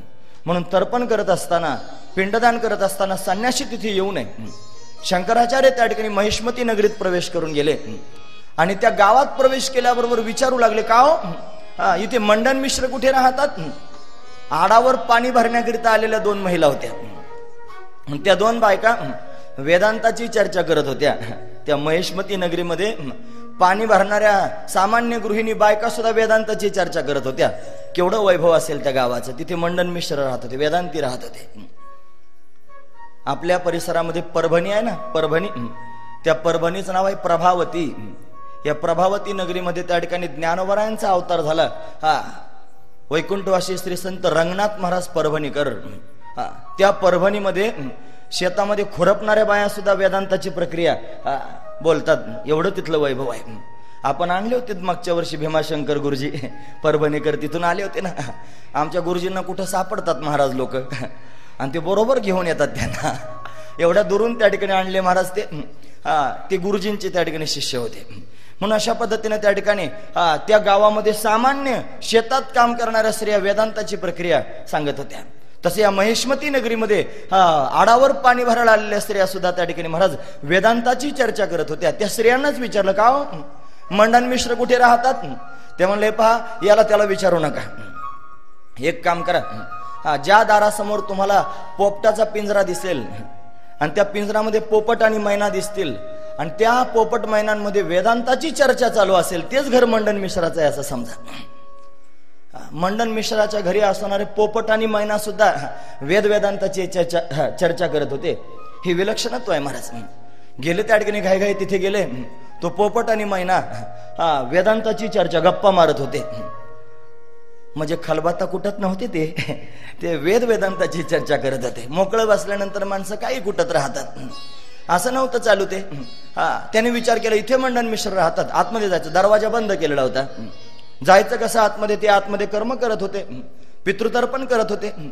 आणि अशा वेळेला त्या ठिकाणी शंकराचार्यांनी सूक्ष्म रूप धारण केलं आणि सूक्ष्म रूप धारण करून त्या ठिकाणी महाराज आतमध्ये प्रवेश केला. आणि ते जिथे तर्पण करतायत तिथे प्रगट झाले. रागावले मंडन मिश्र, कसं काय आला असं आतमध्ये? संन्याशी मी त्या ठिकाणी तर्पण करत असताना आला, अशुभ आहे, अभद्र आहे, चालता हो. सांगितलं, दरवाजा बंद होता म्हणून तर सूक्ष्म रूप धारण करून आलो, मला तुमच्याशी शास्त्रार्थ करायचा आहे. थांबले तिथेच, कर्मकांड सोडून दिलं आणि शास्त्रार्थ करायला सुरुवात केली. शास्त्रार्थ म्हणजे शास्त्रातील चर्चा. त्यांचं मत कसं अयोग्य आहे आणि सनातन मत कसं योग्य आहे, व्यासांचं मत कसं योग्य आहे, हे सांगण्याकरिता सुरू झालेली चर्चा. ती चर्चा होत असताना त्या ठिकाणी निर्णय देणारा कोणीतरी असावा ना, कोण जिंकलं कोण हरलं याच्याकरिता कोणीतरी असावा. म्हणून त्या ठिकाणी महाराज निर्णय देण्याकरिता मंडन मिश्राची बायको, तिचं नाव भारती. ही भारती त्या ठिकाणी महाराज शापानं सरस्वतीच झाली होती. भारती तीच त्या ठिकाणी प्रगट झाली होती प्रत्यक्ष. तिला शाप होता म्हणून ती प्रगट झाली होती. आणि तिला त्या ठिकाणी परीक्षक म्हणून नेमलं होतं. तिनं काय केलं माहिती आहे तुम्हाला? तिनं 2 फुलांच्या माळा आणल्या आणि दोघांना सांगितलं, ह्या माळा गळ्यात घाला. तिच्या नवऱ्यानं गळ्यात घातली माळ, मंडन मिश्रानं आणि शंकराचार्यांनी पण एक माळ गळ्यात घातली. आणि दोघांचा शास्त्रार्थ सुरू झाला. आणि बऱ्याच काळापर्यंत शास्त्रार्थ झाला. ज्याच्या गळ्यातली माळ सुकेल तो हरला आणि ज्याच्या गळ्यातली फुलांची माळ टवटवीत राहील तो जिंकला. शंकराचार्यांच्या गळ्यातली माळ टवटवीत राहिली आणि मंडन मिश्राच्या गळ्यातली माळ सुकून गेली, हरून गेले. त्याने हार स्वतःचा त्या ठिकाणी पराजय पत्कारला, पण बाई काय ऐकायला तयार नव्हती. पडद्याच्या आड त्या ठिकाणी महाराज एक असं त्या ठिकाणी गाडगं ठेवलं होतं, त्याच्यामध्ये मदिरा होती. तिथून त्या ठिकाणी आवाज येत होता, तिथून उत्तर बाहेर येत होती. अशी त्या ठिकाणी कट कारस्थानाची रीती होती. तरी सुद्धा त्यांच्या गळ्यातली माळ त्या ठिकाणी सुकली. तिनं सांगितलं, तुम्ही माझ्या पतीला हरवलेलं आहे, मी त्यांची अर्धांगिनी आहे, म्हणजे तुम्ही अर्धच अंग हरवलंय, अजून मला हरवायचं बाकी आहे, मला हरवून दाखवा. आणि मग त्या ठिकाणी महाराज सांगितलं, ठीक आहे तू प्रश्न विचार. तिनं त्या ठिकाणी कामशास्त्रातले प्रश्न विचारले. कामशास्त्र, जगद्गुरु शंकराचार्य नैष्टिक ब्रह्मचारी आहेत. ब्रह्मचार्याला त्या ठिकाणी कामशास्त्रातलं काय माहिती असेल? जे ब्रह्मचारी असतात त्यांना काय माहिती कामशास्त्र कसं आहे ते? ते ग्रस्ताश्रमी माणसाला विचारलं तर कदाचित तो सांगू शकेल. ब्रह्मचार्याला जर त्याचा अनुभवच नाही तो काय सांगेल कामशास्त्र? शंकराचार्यांना त्या ठिकाणी प्रश्न पडला आणि आता त्या ठिकाणी काय करावा असा प्रश्न. तिला सांगितलं 6 महिने थांबा, मी 6 महिन्यानंतर तुम्हाला त्या ठिकाणी उत्तर देतो. नैष्टिक ब्रह्मचारी आहेत. नैष्टिक ब्रह्मचारी म्हणजे काय? 8 प्रकारचा मैथून आहे महाराज. म्हणजे त्या ठिकाणी नैष्टिक शब्दाचा अर्थ होतो ज्याच्यामध्ये 8 प्रकारचे मैथून त्याज्य आहेत, ज्यांना 8 प्रकारचे मैथून टाकून दिलेले आहेत, असा नैष्टिक ब्रह्मचारी. 6 महिने थांबा, मी तुमच्या प्रश्नांची उत्तर देतो. शंकराचार्य तिथून निघाले आणि जात असताना त्या ठिकाणी महाराज एका नगरीचा राजा, आणि तो त्या ठिकाणी काही कारणास्तव त्याला मृत्यू आला होता, मरण पावला होता. शंकराचार्यांकडे एक सिद्धी होती महाराज, आणि ती सिद्धी म्हणजे त्या ठिकाणी महाराज परकाया प्रवेश करण्याची सिद्धी होती. परकाया प्रवेश.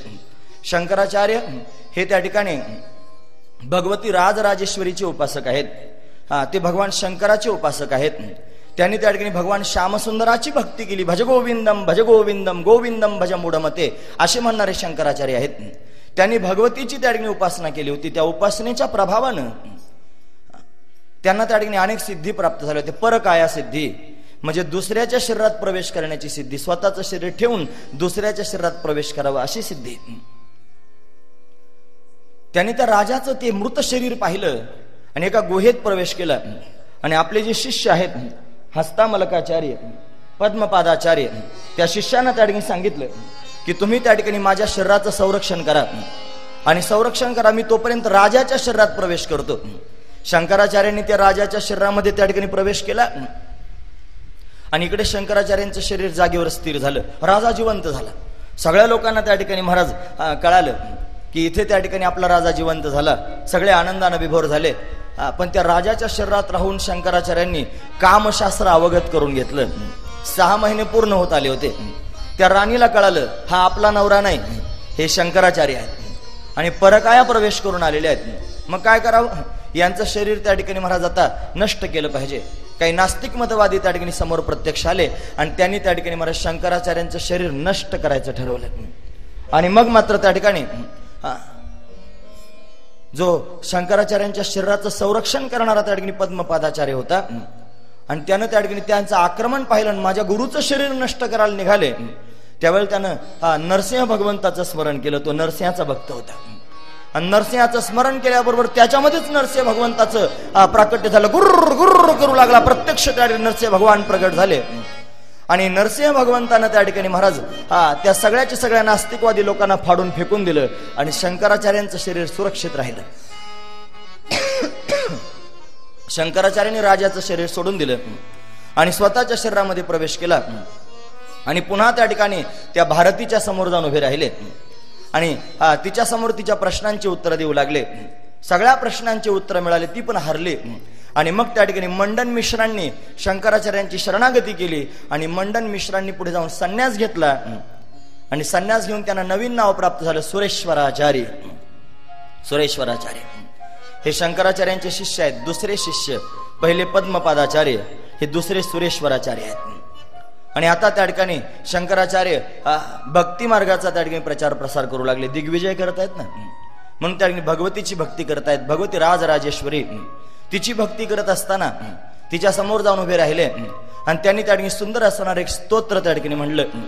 ते स्तोत्र म्हणत असताना भगवतीची त्या ठिकाणी विनंती केली, आई माझ्याकरिता प्रगट हो, मी तुझी उपासना करतोय.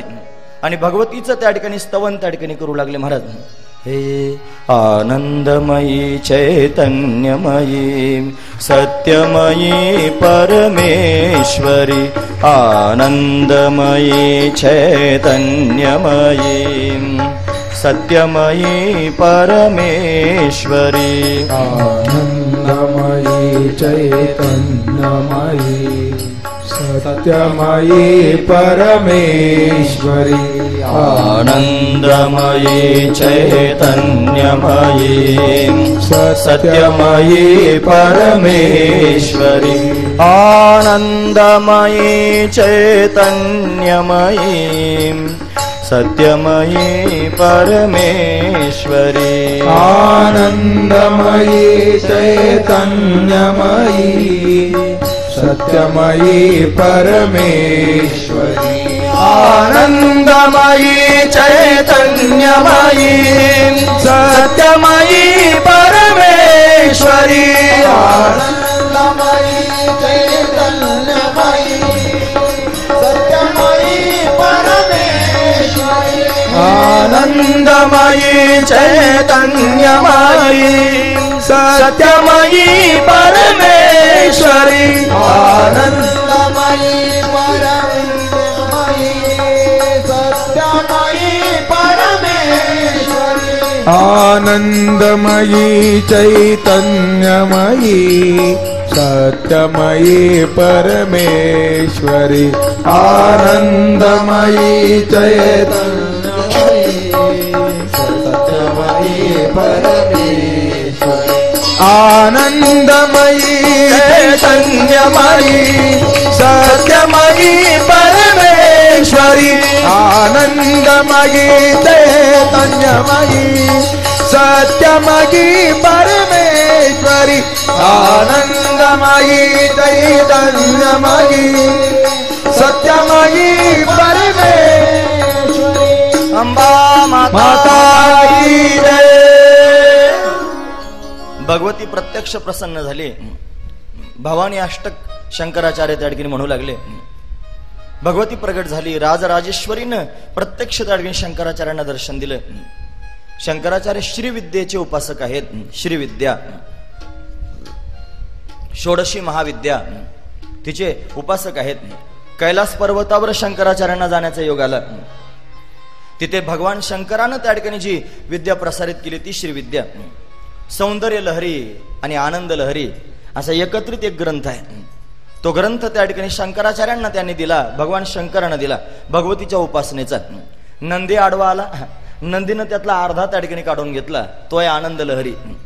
आणि शंकराचार्यांजवळ जो राहिला त्याचं नाव आहे सौंदर्य लहरी. म्हणून सौंदर्य लहरी नावाचा त्या ठिकाणी ग्रंथ प्रगट झाला. त्याच्यात भगवतीचं वर्णन आहे. भगवती प्रगट झाली आणि शंकराचार्यांना स्तनपान करू लागले. स्तनपान करू लागले. जसं नामदेव महाराजांच्या चरित्रामध्ये पांडुरंग परमात्मा प्रत्यक्ष प्रगट झाला आणि त्यांच्या हातानं जेवण केलं, तसं शंकराचार्यांच्या समोर भगवती प्रगट झाली आणि तिनं त्यांनी शंकराचार्यांना लहान लेकरासारखं आपल्या हातात घेऊन स्तनपान करविलं. हे शंकराचार्यांचं वैभव आहे. शंकराचार्य त्या ठिकाणी भिक्षा मागत असताना एका घरी गेले आणि दरिद्री असणारी एक त्या ठिकाणी स्त्री होती. तिच्याकडे काही देण्याकरिता नव्हतं. गरीब होती. तिच्या दारात भगवान शंकरांनी कनकधारा स्तोत्र त्या ठिकाणी म्हटलं.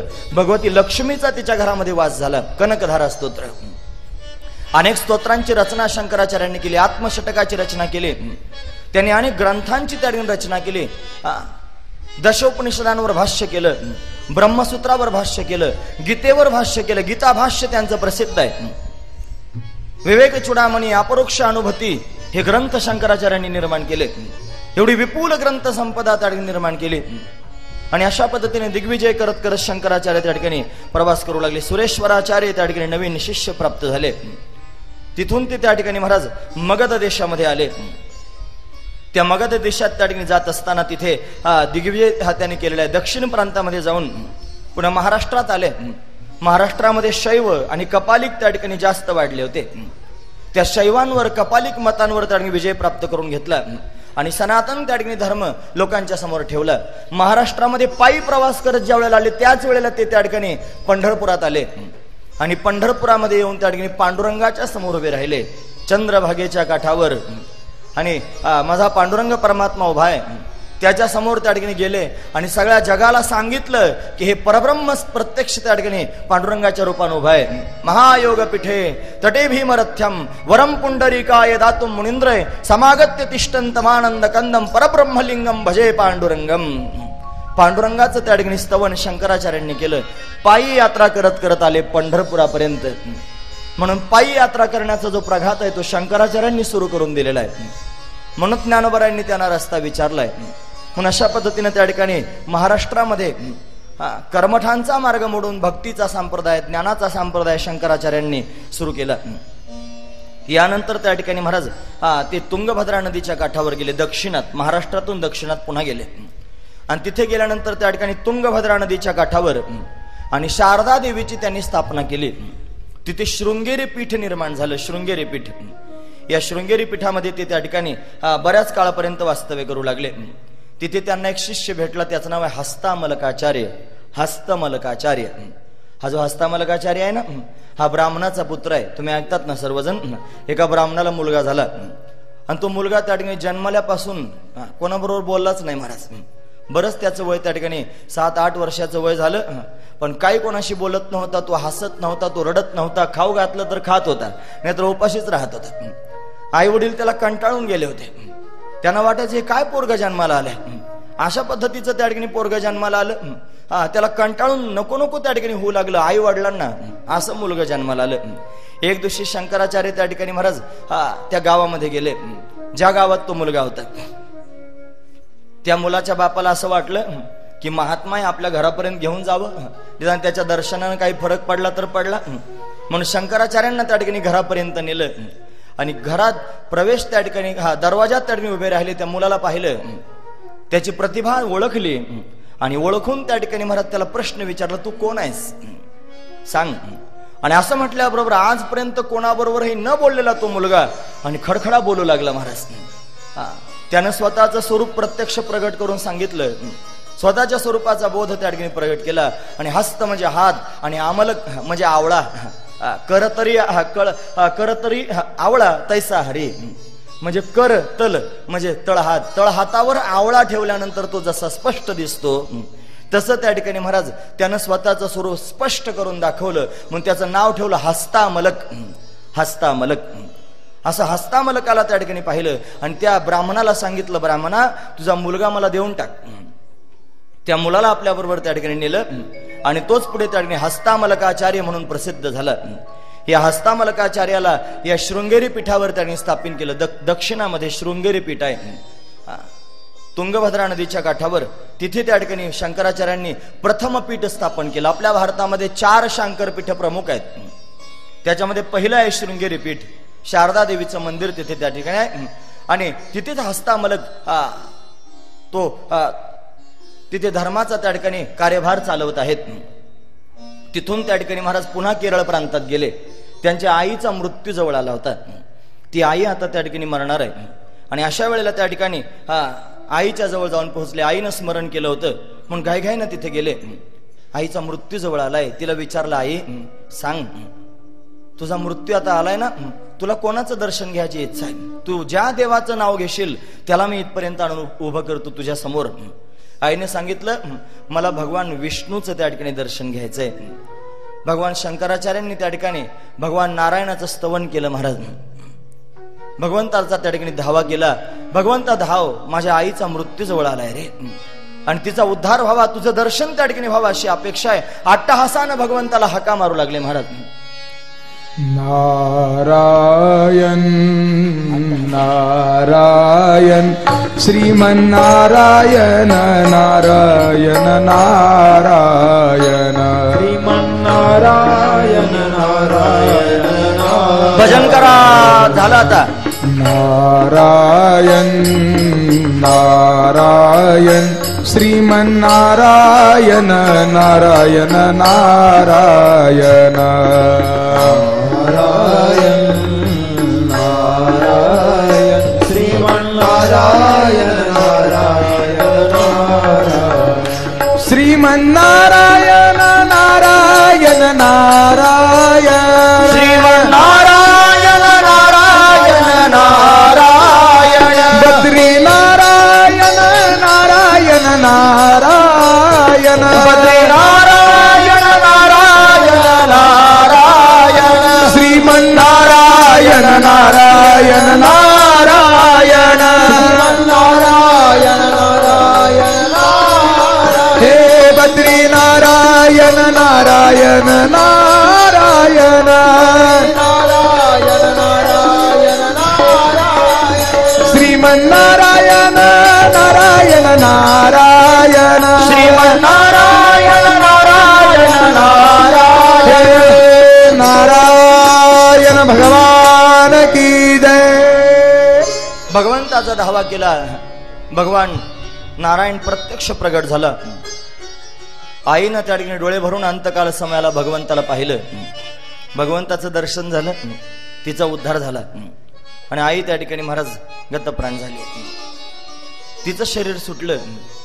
पण त्या गावातले नमुद्री कुळातले त्या ठिकाणी बाकीचे ब्राह्मण जमा झाले आणि त्यांनी सांगितलं, हिच्या मुलानं संन्यास घेतलाय आणि संन्याशी होऊन पुन्हा आईला भेटायला आलाय, आपण कोणीच अंत्यविधीला जायचं नाही. अंत्यविधीला ब्राह्मणाने आडूनच धरलं. महाराज जमतच नाही म्हणे, आम्ही येणार नाहीत अंत्यविधीला. शंकराचार्य रागावले. विचार केला, अरे मी धर्मकार्य करण्याकरिता अट्टहास करतोय आणि माझ्याच कुळातले लोक मला त्या ठिकाणी अडवतायत, आता मी काय करू? सांगितलं, नाही तुम्ही अंत्यविधीला येत, काही हरकत नाही, मी स्वतः माझ्या आईचा अंत्यविधी करीन. संन्याशी होऊन सुद्धा स्वतः आईचा अंत्यविधी केला. म्हणून आजही संन्याशी लोकांना आईला भेटायला जायची परवानगी आहे. जर संन्यास घेतला तर आईला भेटायला जायची परवानगी आहे. म्हणून बरेचसे संन्याशी आईला भेटायला जाऊ शकतात, जातात. आम्ही बरेच संन्याशी पाहिले. स्वामीजी स्वामीजी सतत म्हणत असतो, सगळ्यांचे परिचित आहेत स्वामीजी. त्यांचं सुद्धा गाव नांदेड जिल्ह्यात आहे. माळेगाव, घोड्याचं माळेगाव म्हणतात. तिथे त्या ठिकाणी महाराज त्यांची आई राहत होती. आणि हे त्या ठिकाणी अगदी कमी वयामध्ये घर सोडून निघून गेले. त्यांनी संन्यास घेतला होता. बऱ्याच वर्षांनी 12 वर्षानंतर पुन्हा संन्यास घेऊन ती आई त्यांची परळीला आली होती. परळीला तिची बहीण राहत होती. आणि हे परळी वैजनाथाचं दर्शन घ्यायला गेले. आणि मावशीच्या घरापुढून जात असताना पहाटे दर्शनाला चालली होती. त्यांची आई तिथं त्यांना दिसले आणि हे तिच्याजवळ जाऊन उभे राहिले. त्या आईनं त्यांच्याकडे पाहिलं. भोळी भाबडी होती. ते पाहिलं महाराज. योगायोगानं त्या ठिकाणी हे घडलं. तिच्याजवळ जाऊन उभे राहिले आणि विचारलं, आई मला ओळखलंस का? तिनं बारीक पाहिलं किलकेळी डोळ्यानं. पण आई ती आईच असते महाराज. 12 वर्षाचा अंतर पडो नाहीतर किती वर्षाचा अंतर पडो, लेकराला त्या ठिकाणी विसरत नाही. त्यांचा शब्द ऐकल्याबरोबर त्यांचं नाव होतं विठ्ठल. माझा विठ्ठल आहे, माझा विठ्ठल आहे.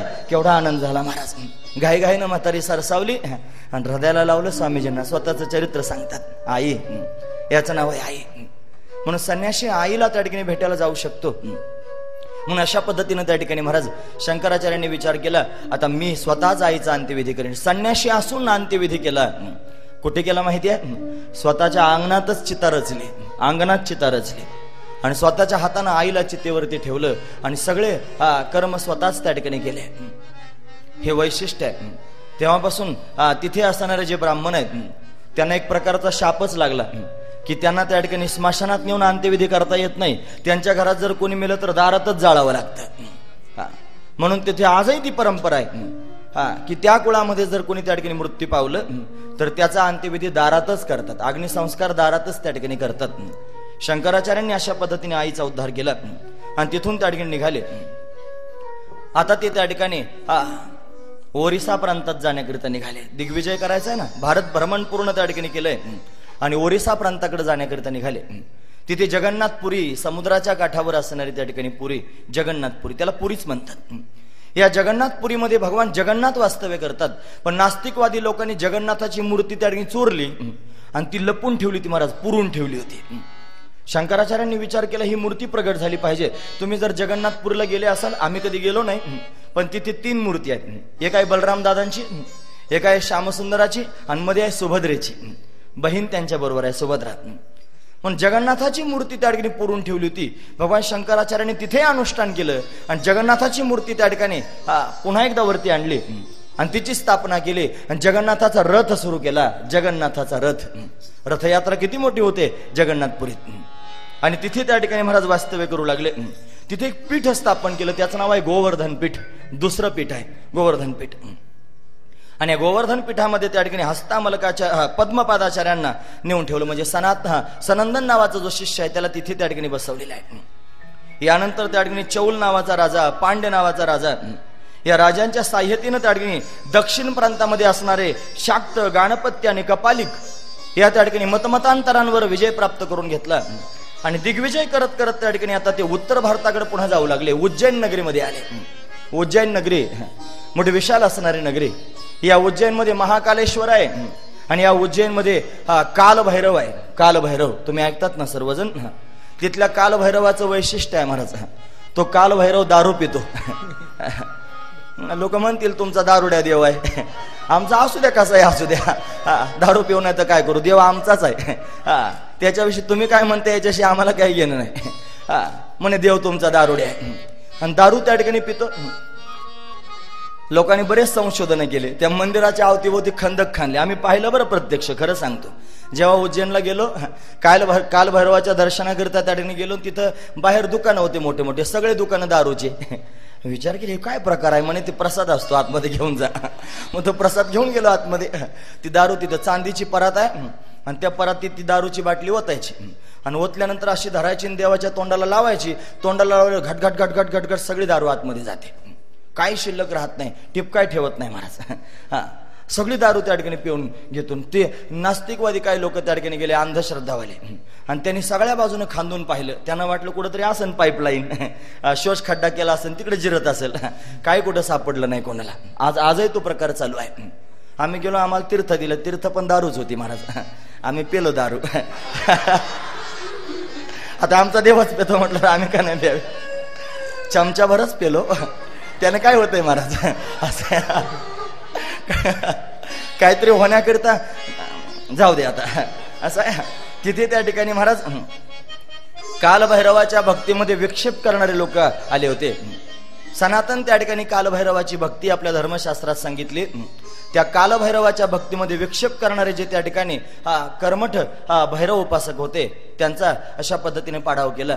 आणि तिथे त्या ठिकाणी खऱ्या अर्थानं खरी भैरवाची उपासना आणि शंकराचार्यांनी त्या ठिकाणी सांगितली. कालभैरवाष्टक शंकराचार्यांनी निर्माण केलं.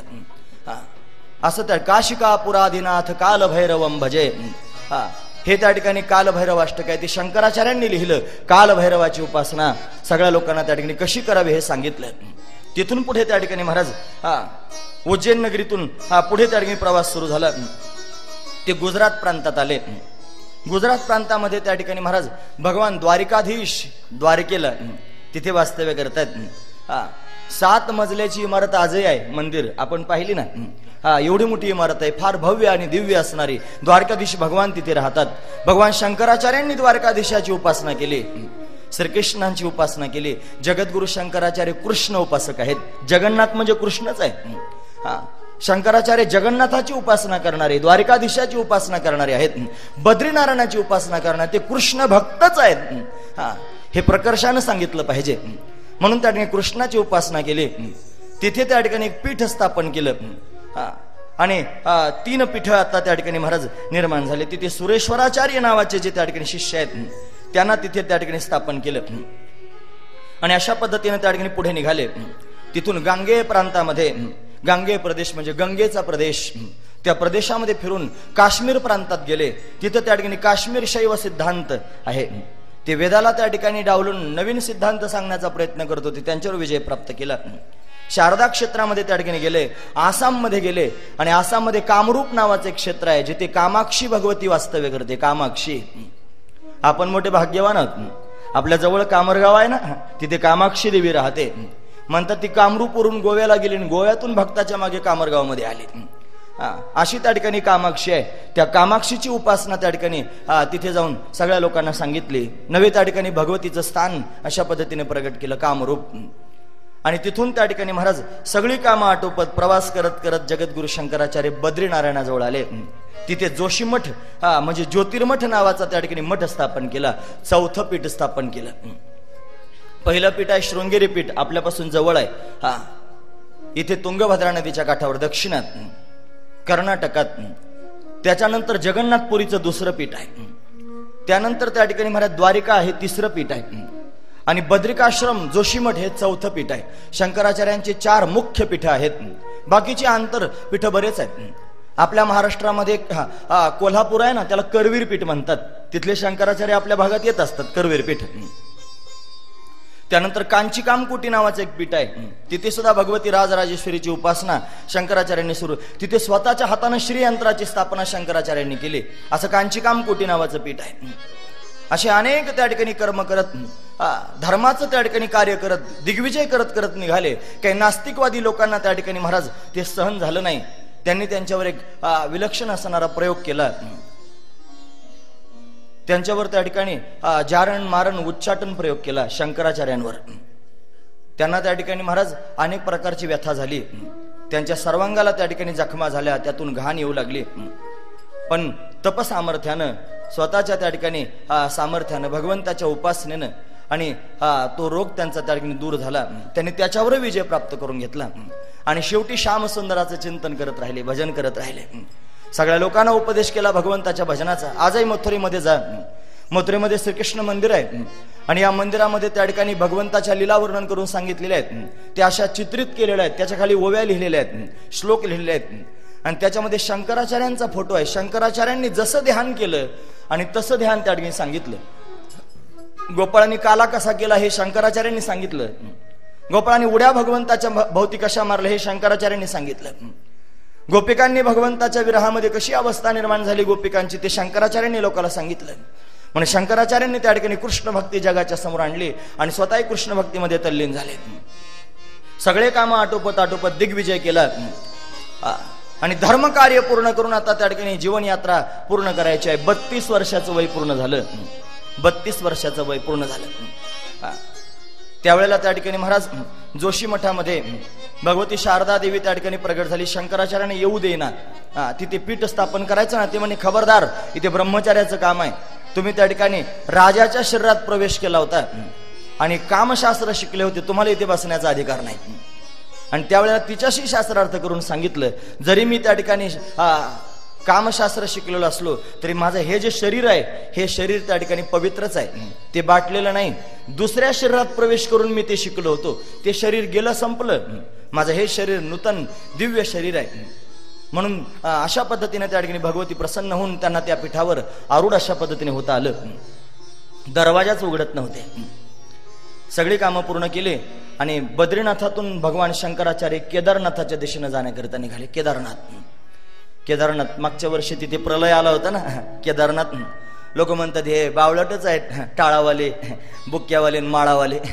अरे आम्ही बावळट नाहीत, आम्ही सांगतो बऱ्याच गोष्टी काही महत्वाच्याच आहेत. तिथे धार्मिक लोकांनी सांगितलं होतं, केदारनाथाच्या वरती एक त्या ठिकाणी मंदिर होतं, रक्षा देवीचं, पार्वतीचं मंदिर होतं.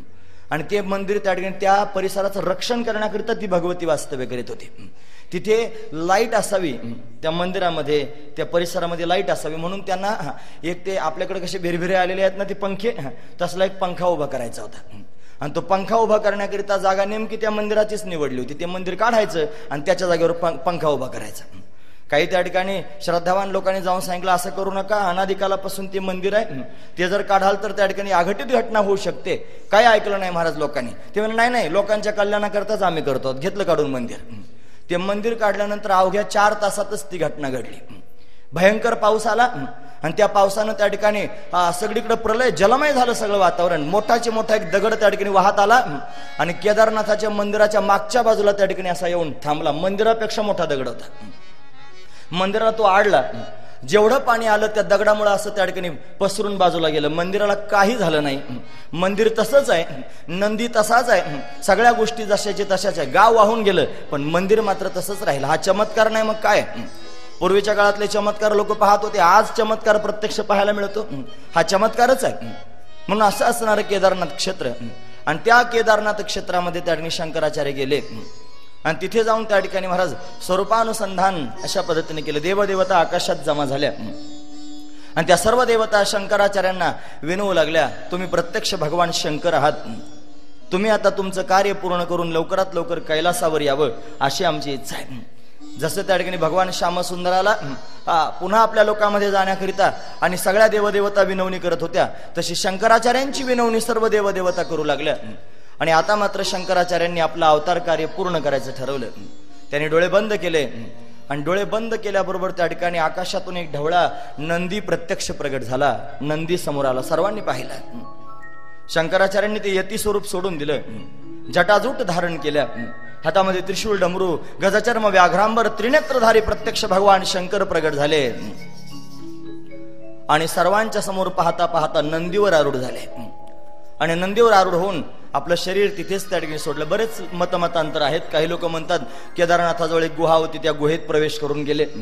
कुणी म्हणतं ते गुप्त झाले, कुणी म्हणतं ते अशा पद्धतीनं. पण त्यांचं चरित्र इथे त्या ठिकाणी शांकरपीठाच्या माध्यमातून पाहायला मिळालं. त्याच्यामध्ये अशीच माहिती आहे की शंकराचार्य प्रत्यक्ष त्या ठिकाणी शिवस्वरूप झाले आणि शिवस्वरूप होऊन त्या ठिकाणी नंदीवर बसून अशा पद्धतीनं आकाश मार्गानं कैलासाला निघून गेले. अशी शंकराचार्यांची त्या ठिकाणी कथा आपण पाहतो आहोत. आद्य जगद्गुरु श्रीमद शंकराचार्य भगवान की जय. बराचसा शंकराचार्यांच्या चरित्रातला भाग सांगायचा राहिला, वेळ त्या ठिकाणी आहे ना, वेळेच्या अभावी. तू म्हणाल मग आधी कशाला सांगत बसला राधाराणीचं चरित्र? अरे ते सांगण्यासारखंच आहे, ते अतिशय महत्वाचंच आहे. तो तर खऱ्या अर्थानं परमार्थातला भाव आहे. हे साधू संतांचं धर्मकार्य आपण त्या ठिकाणी पाहतो आहोत. धार्मिक कार्य साधू संतांनी केलं म्हणून तर आपला धर्म आहे. हे युगपुरुष त्या ठिकाणी जन्माला येतात. शिवाजी महाराज जर जन्माला आले नसते तर काय झालं असतं? थोडा विचार करण्यासारखी गोष्ट आहे ना. युगपुरुष आहेत म्हणून तर आपण त्या ठिकाणी आपल्या धर्माची अशा पद्धतीनं पूजा करू शकतो, त्याला सांभाळू शकतो. तसे शंकराचार्य जर झाले नसते तर धर्मावर ग्लानी आली होती. ती ग्लानी त्यांनी घालवली आणि 4 शिष्यांना 4 स्थानावरती स्थापन करून धर्मकार्य अविरतपणे सुरू करून दिलं. आणि अशा पद्धतीने ते अंतर्धान झाले. असा शंकराचार्यांचा महिमा. त्यांचं चरित्र सांगावं तेवढं थोडं आहे, म्हणून अल्पशा वेळेमध्ये अल्पशा मतीनं त्या ठिकाणी त्यांचं चरित्र सांगायचा प्रयत्न केला. चला, यानंतर आता त्या ठिकाणी महाराज आता आपल्याला महाराष्ट्रीयन संतांमध्ये त्या ठिकाणी संतांच्या चरित्रामध्ये प्रवेश करायचा आहे. महाराष्ट्रीयन संत शंकराचार्यांचा कालावधी तो कालावधी इसवी सन पूर्व आहे. इसवी सन पूर्व 507 त्यांचा जन्म त्या ठिकाणी कालावधी आहे. 507 इसवी सनाच्या आधी, म्हणजे इसवी सन जे सुरू झालं ना त्याच्या आधी 507 वर्ष शंकराचार्यांचं प्राकट्य झालं. आणि इसवी सन पूर्वच त्या ठिकाणी ते त्या ठिकाणी अंतर्धान झाले. इसवी सन पूर्व 475 केदारनाथ स्थानामधून त्या ठिकाणी ते कैलास गमन करून निघून गेले. त्यांच्यानंतर जो मधला कालावधी आहे त्यांनी धर्माची घडी बसवली खरी, पण त्या मधल्या कालावधीमध्ये त्या ठिकाणी धर्म कसा सांभाळावा, कालांतरानं पुन्हा तीच स्थिती येऊ लागली. मग पुन्हा त्या ठिकाणी कोणीतरी प्रगट होण्याची आवश्यकता आहे. म्हणून भगवंतानं द्वापार युगात असतानाच आणि कलियुगामध्ये त्या ठिकाणी कशी स्थिती निर्माण व्हावी याच्याकरिता तरतूद करून ठेवली होती. द्वारकाधीश भगवंतानं आणि 9 नारायणांना बोलून घेतलं होतं. 9 नारायण.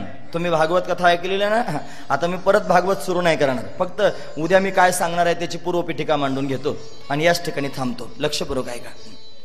द्वारकाधीश भगवंतानं त्या ठिकाणी 9 नारायणांना बोलावलं. वृषभदेव नावाचे त्या ठिकाणी दिव्य असणारे अवतारी प्रगट झाले होते. भगवान विष्णू परमात्म्याचे जे 24 अवतार आपण पाहतो त्या अवतारांमध्ये त्या ठिकाणी 6वा अवतार वृषभदेव अवतार आहे. आणि तो वृषभदेव त्या ठिकाणी अवतार झाला. आणि त्या वृषभदेवाला त्या ठिकाणी जयंती नावाची त्याची इंद्राची त्या ठिकाणी मुलगी जयंती, तिच्याबरोबर त्या जयंताची बहीण जयंती तिच्याशी विवाह झाला आणि 100 मुलं झाले. त्या 100 मुलापैकी त्या ठिकाणी महाराज 21 विद्वान ब्राह्मण ब्रह्मचारी राहिले. त्याच्यापैकी असणारे जे 9 आहेत ते 9 त्या ठिकाणी नारायण आहेत. ते नारायणाचा अवतार आहेत आणि त्यांना बापानं उपदेश केला आणि त्या उपदेशानं ते त्या ठिकाणी संन्यासी झाले. 9 नारायण.